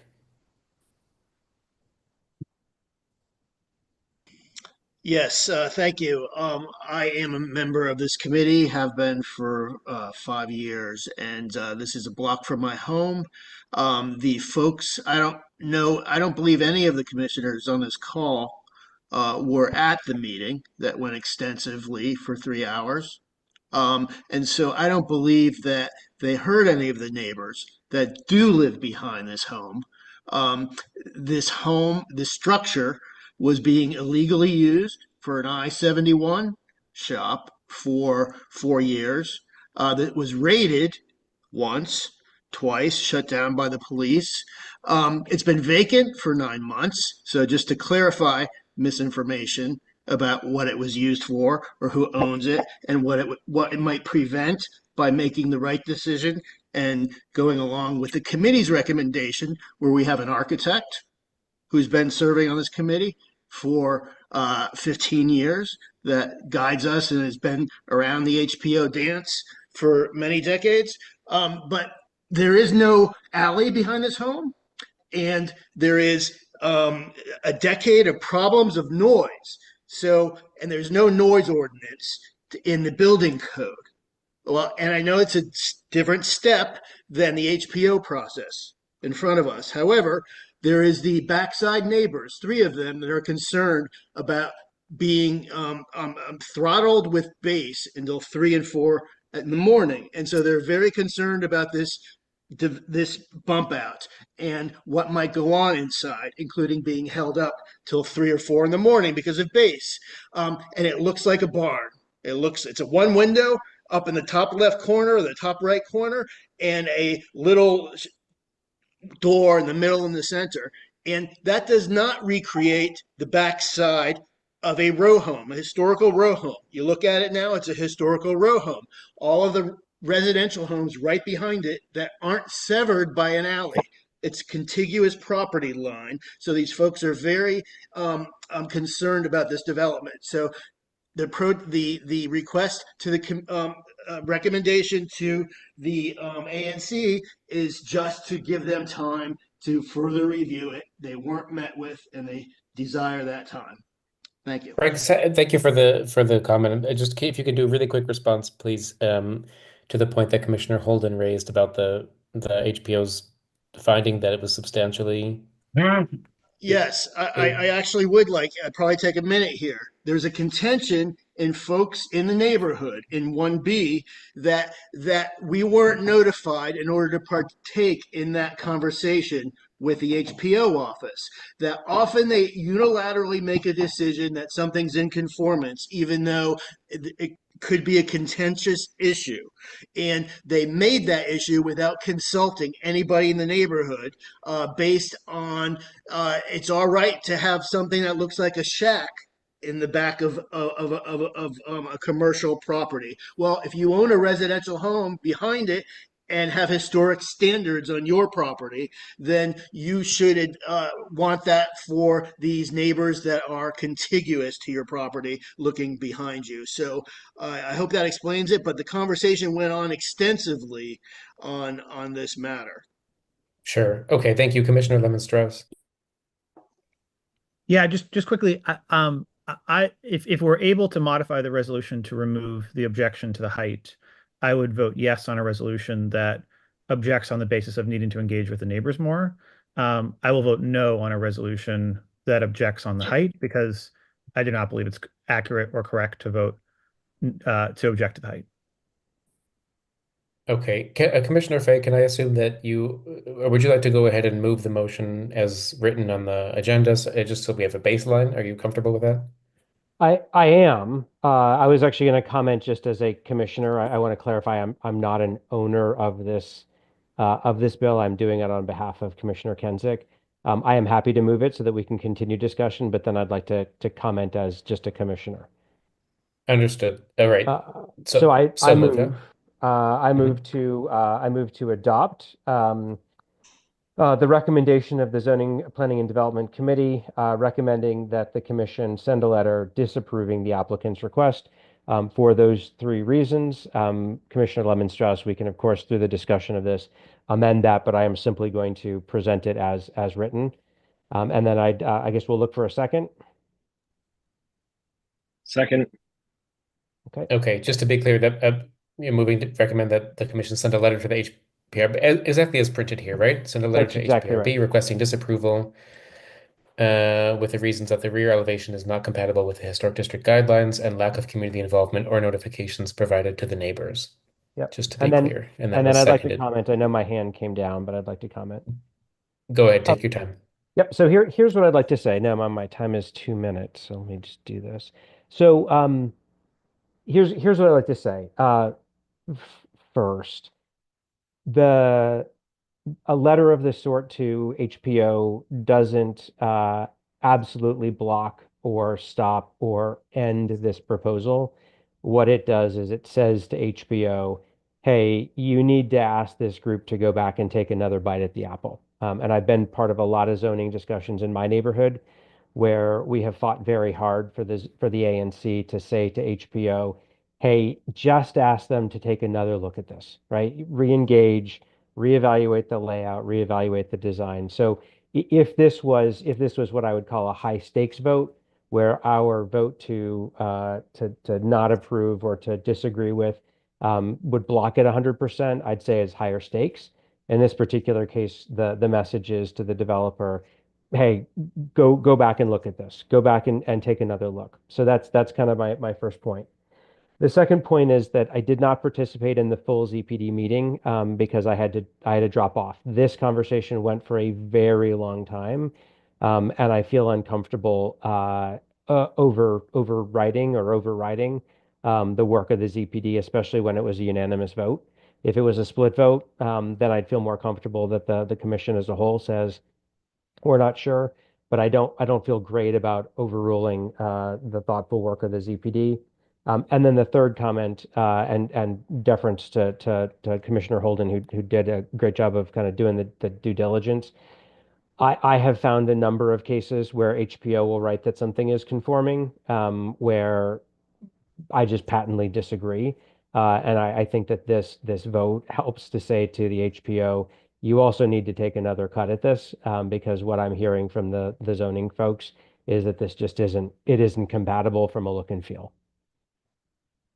Thank you for that. I want to clarify also that the document from the HPRB specifies that the HPO is recommending that the board find the concept compatible. It's not any kind of final determination that the project is compatible. So we're sort of weighing in with our own recommendation in that same stream.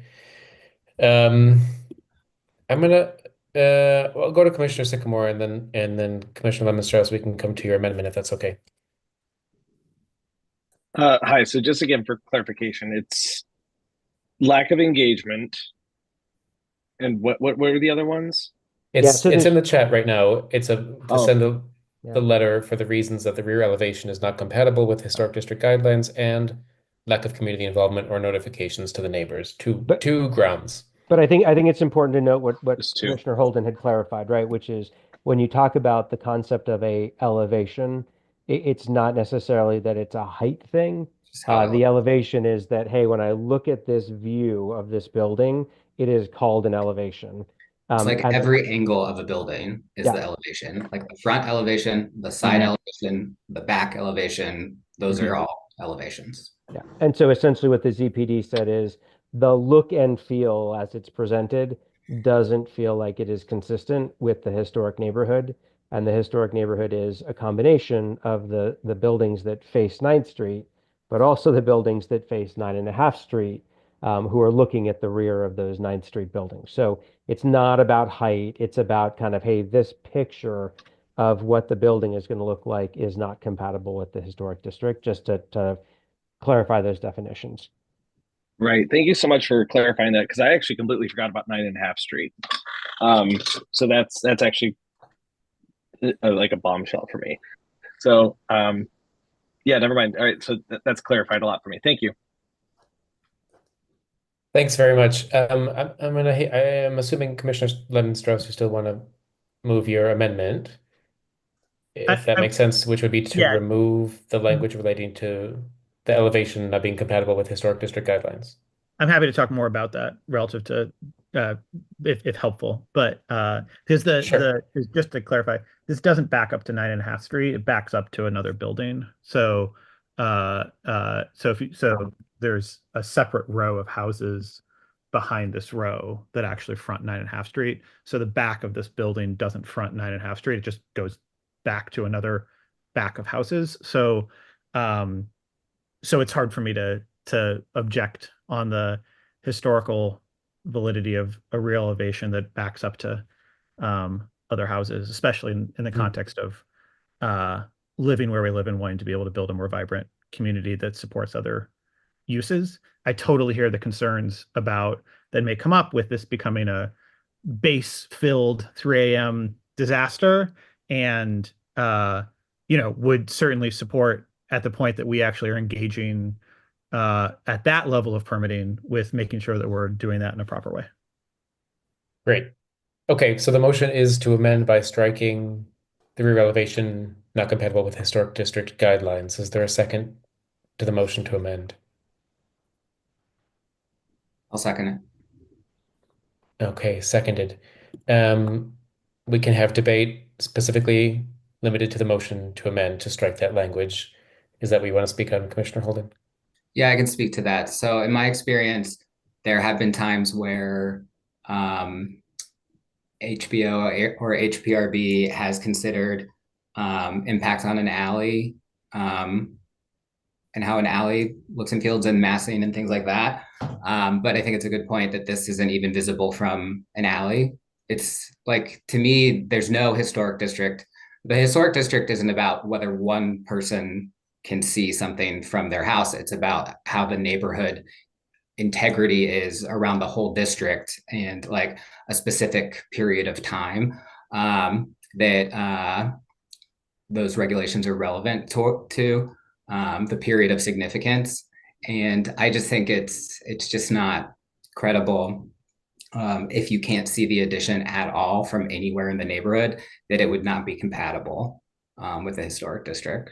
And I don't think we should be doing things or supporting things that like limit what we can already do in like pretty limited areas. Like there's a ton of historic districts in the greater U Street area that like actively limit what people can do in the neighborhood, and makes everything more expensive. I had to buy very expensive windows for my house when we redid our windows. So I don't think we should be contributing to that. The ANC can't make you a grant for that, sorry. Any other comments specifically in this, any other debate specifically on the motion to amend to strike that language? Ms. Stockland, I see we have a comment, if you can make it quick. Oh, hands down.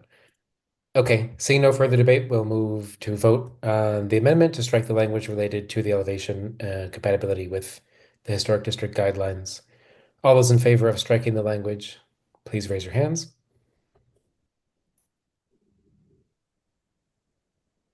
One sec. What do we do in this situation? Okay.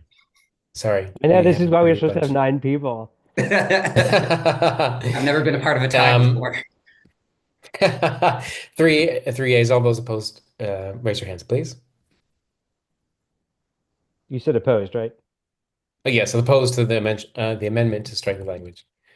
Thank you. The motion passes, 3 yeas and 1 nay. The language has been struck from the motion. The revised motion, I took a little bit of editorial liberty. I put it in the chat there. We are now back to debate on the main motion to send a letter to HBRB requesting disapproval for the extension of the existing structure on the basis of lack of community involvement or notification provided to the neighbors. Any further debate on that motion? Commissioner Hanrahan. Yeah, I just want to say some thoughts that are kind of coming to me right now that I think that maybe just thinking that this is think of it as a zoning and housing issue, that I think projecting, what a future use or tenant might be could be something that could be settled in the APCA committee meeting, and a potential settlement agreement could be reached with a tenant at that time regarding for use, regarding for hours, and a lot of other concerns there. But I think just kind of viewing it strictly as just a zoning issue is something that I'm trying to think about right now. Thank you. Anyone else wishing to speak? Go ahead.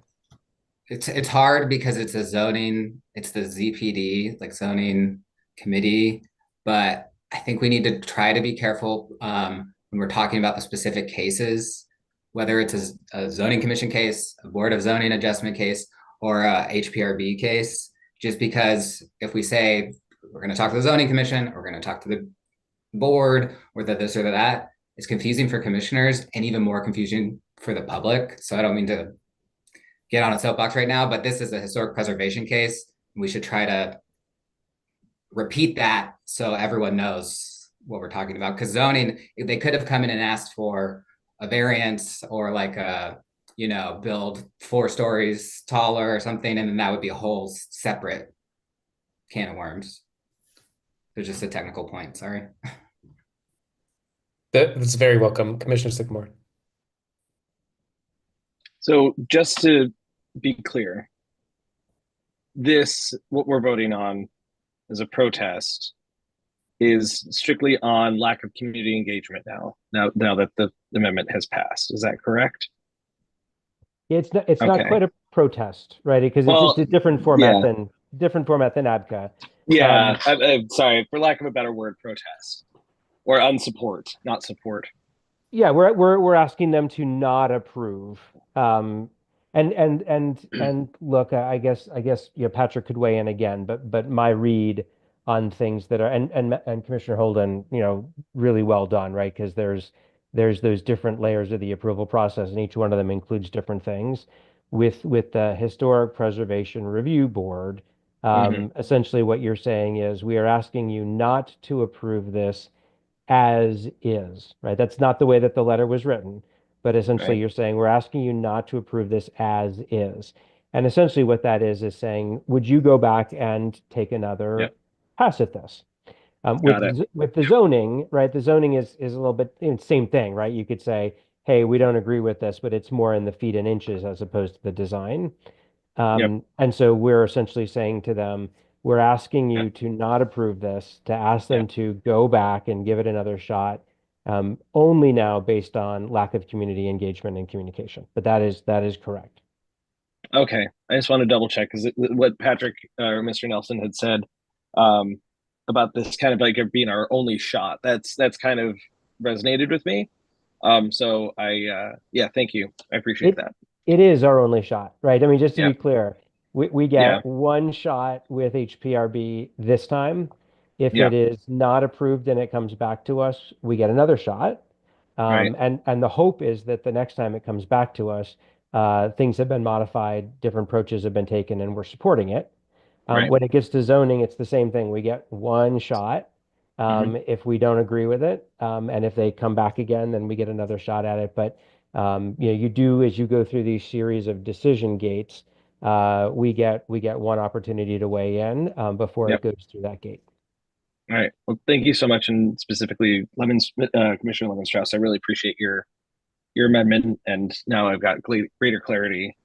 So thank you so much.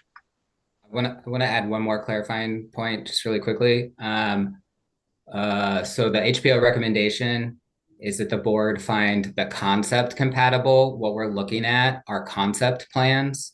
The concept plans are always further refined. Even if this doesn't come back before us because there's a hearing, what this is doing is there's concept plans. We were noticed. We had a meeting on it. The HPO office that works for the HPRB, they think it's compatible. So what they're asking the board is, instead of having a hearing and more like bites at the apple, if you will, that further review, and for the final plans, think of these as like 30% or 50% plans. The final plans would be reviewed by staff and they will change again. So what we're seeing here won't be what HPO actually approves, because this is a concept plan. Just as another point. So if you like really don't like these plans, even if we supported it, it would look different because HPO would refine it and get into materials and things like that. So just as a point of process. Can you, I don't want to make this meeting any longer. If there's a succinct answer, please provide. If not, let's just put a pin in this later. We have new commissioners here, and of course, many of us are not, don't serve on ZPD and haven't been through this at close range. I know that the owners are required to file plans. HPO makes sure that we see them. They encourage owners to conduct further outreach to neighbors, to the ANC. The owner's not required to do that. In this case, they did not do that. That's like not grounds for denying an application, obviously, because they're not legally required to do that. It works a little bit differently than the ABCA processes that were maybe more used to the protest and settlement agreement cycle. I don't know if Commissioner Holden or anyone wants to make a comment, just an educational point in terms of how to think about what the owners are obligated to do in terms of the community notification. Or I that's mean, sort of what sufficient. they're technically obligated to do is like put up the sign from HPO on their building, and fill out their form. They're not legally obligated to do outreach. They report whether they did it or not. It is, makes the ANC and neighbors feel better and more comfortable with what is happening if they do, but they're not legally required to do outreach. Is there some sort of I guess legal the point I'm trying to requirement make is though? that Like, it's oh, sorry. Oh, sorry. I think the point I was trying to make is that it's not like ABCA where we have a set number of grounds on which we can protest, and they have like more of a legal weight. Here, we're not we're not protesting on the grounds that they've missed a step by not engaging the community. We're saying that because we haven't had a chance to speak to them directly, we'd like to sort of insert ourselves at this point in the process and open that conversation. Yeah. Commissioner Sycamore. And Oh. if I remember correctly, I had an issue last term at 1235 W Street where they had to provide outreach towards, I think it was the adjacent buildings, and I think believe 400 feet. That's zoning. Oh, that's for zone. Okay. 200-foot notification. Yeah. So it's 200-foot notification on zoning. The rules are different. Okay. Sorry. I'm getting confused on those. Thank you. HPO and HPRB. So Patrick Nelson mentioned, and Right. Aaron, I'm so sorry to jump ahead for a second. Patrick Nelson mentioned that they had invited someone from the Historic Preservation Office to attend. And it was a great presentation, and it was very educational. And one of the things that the Zoning Planning Development ZPD committee asked HPO to do is to give them more alerts on things that were coming, because it's a very gray area, right? Unlike zoning, where if you make a change or you're asking for a variance, there's a very hard and fast rule. HPO is very loose. And so, we kind of have a choice to make as a commission that we're going to be more hands-off, or we have a decision to make that we're going to be a little bit more hands-on. And it is a decision, right? Because to Commissioner Holden's point, there is no legal requirement. I will say that one of the reasons that I, am part of the ANC is that there were a bunch of HPO things that felt like they were done in the middle of the night. And all of a sudden we have a community living with these things. And so my position was I would want to advocate for more community input, even if it meant that a developer had to move a little bit slower, that they were still accountable to the community that they are one member of, right? You got 10 buildings and I want to do one thing with my one building. Got it. But I got to pay attention to the other 9.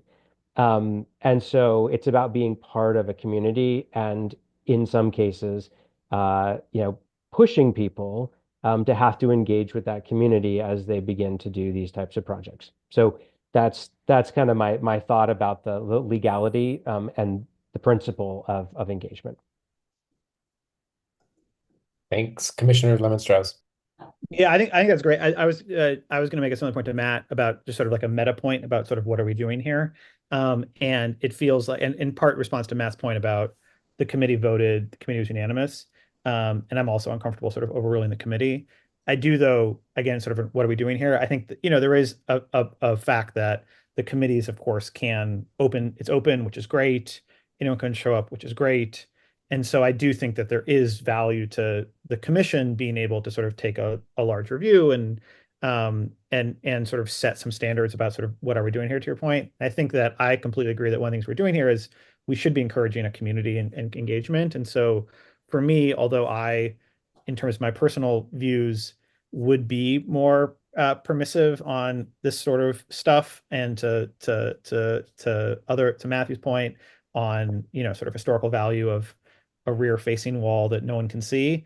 I'm gonna have a hard time objecting to that on historical preservation grounds, but someone wants to open a business in our community, they should talk to their neighbors. And to the extent that we can send a message that talking to your neighbors is important if you want to open a business in a community, that's something that I'm very supportive of saying in an advisory recommendation-y way, and then that feels only to the good, that it then fosters more engagement.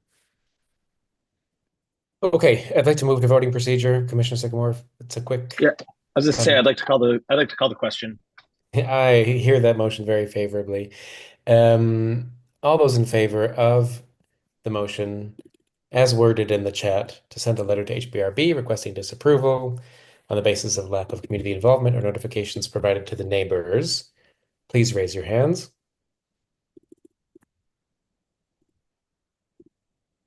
All those opposed?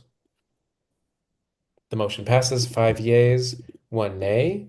For the record, I believe we are done with our business for the evening. Anything else urgent? If no hair is on fire, I would accept a motion to adjourn. I move we adjourn. Wonderful. All those in Second. favor, all those opposed, the ayes appear to have it, the ayes have it. Good night, everybody. Thank you for your work.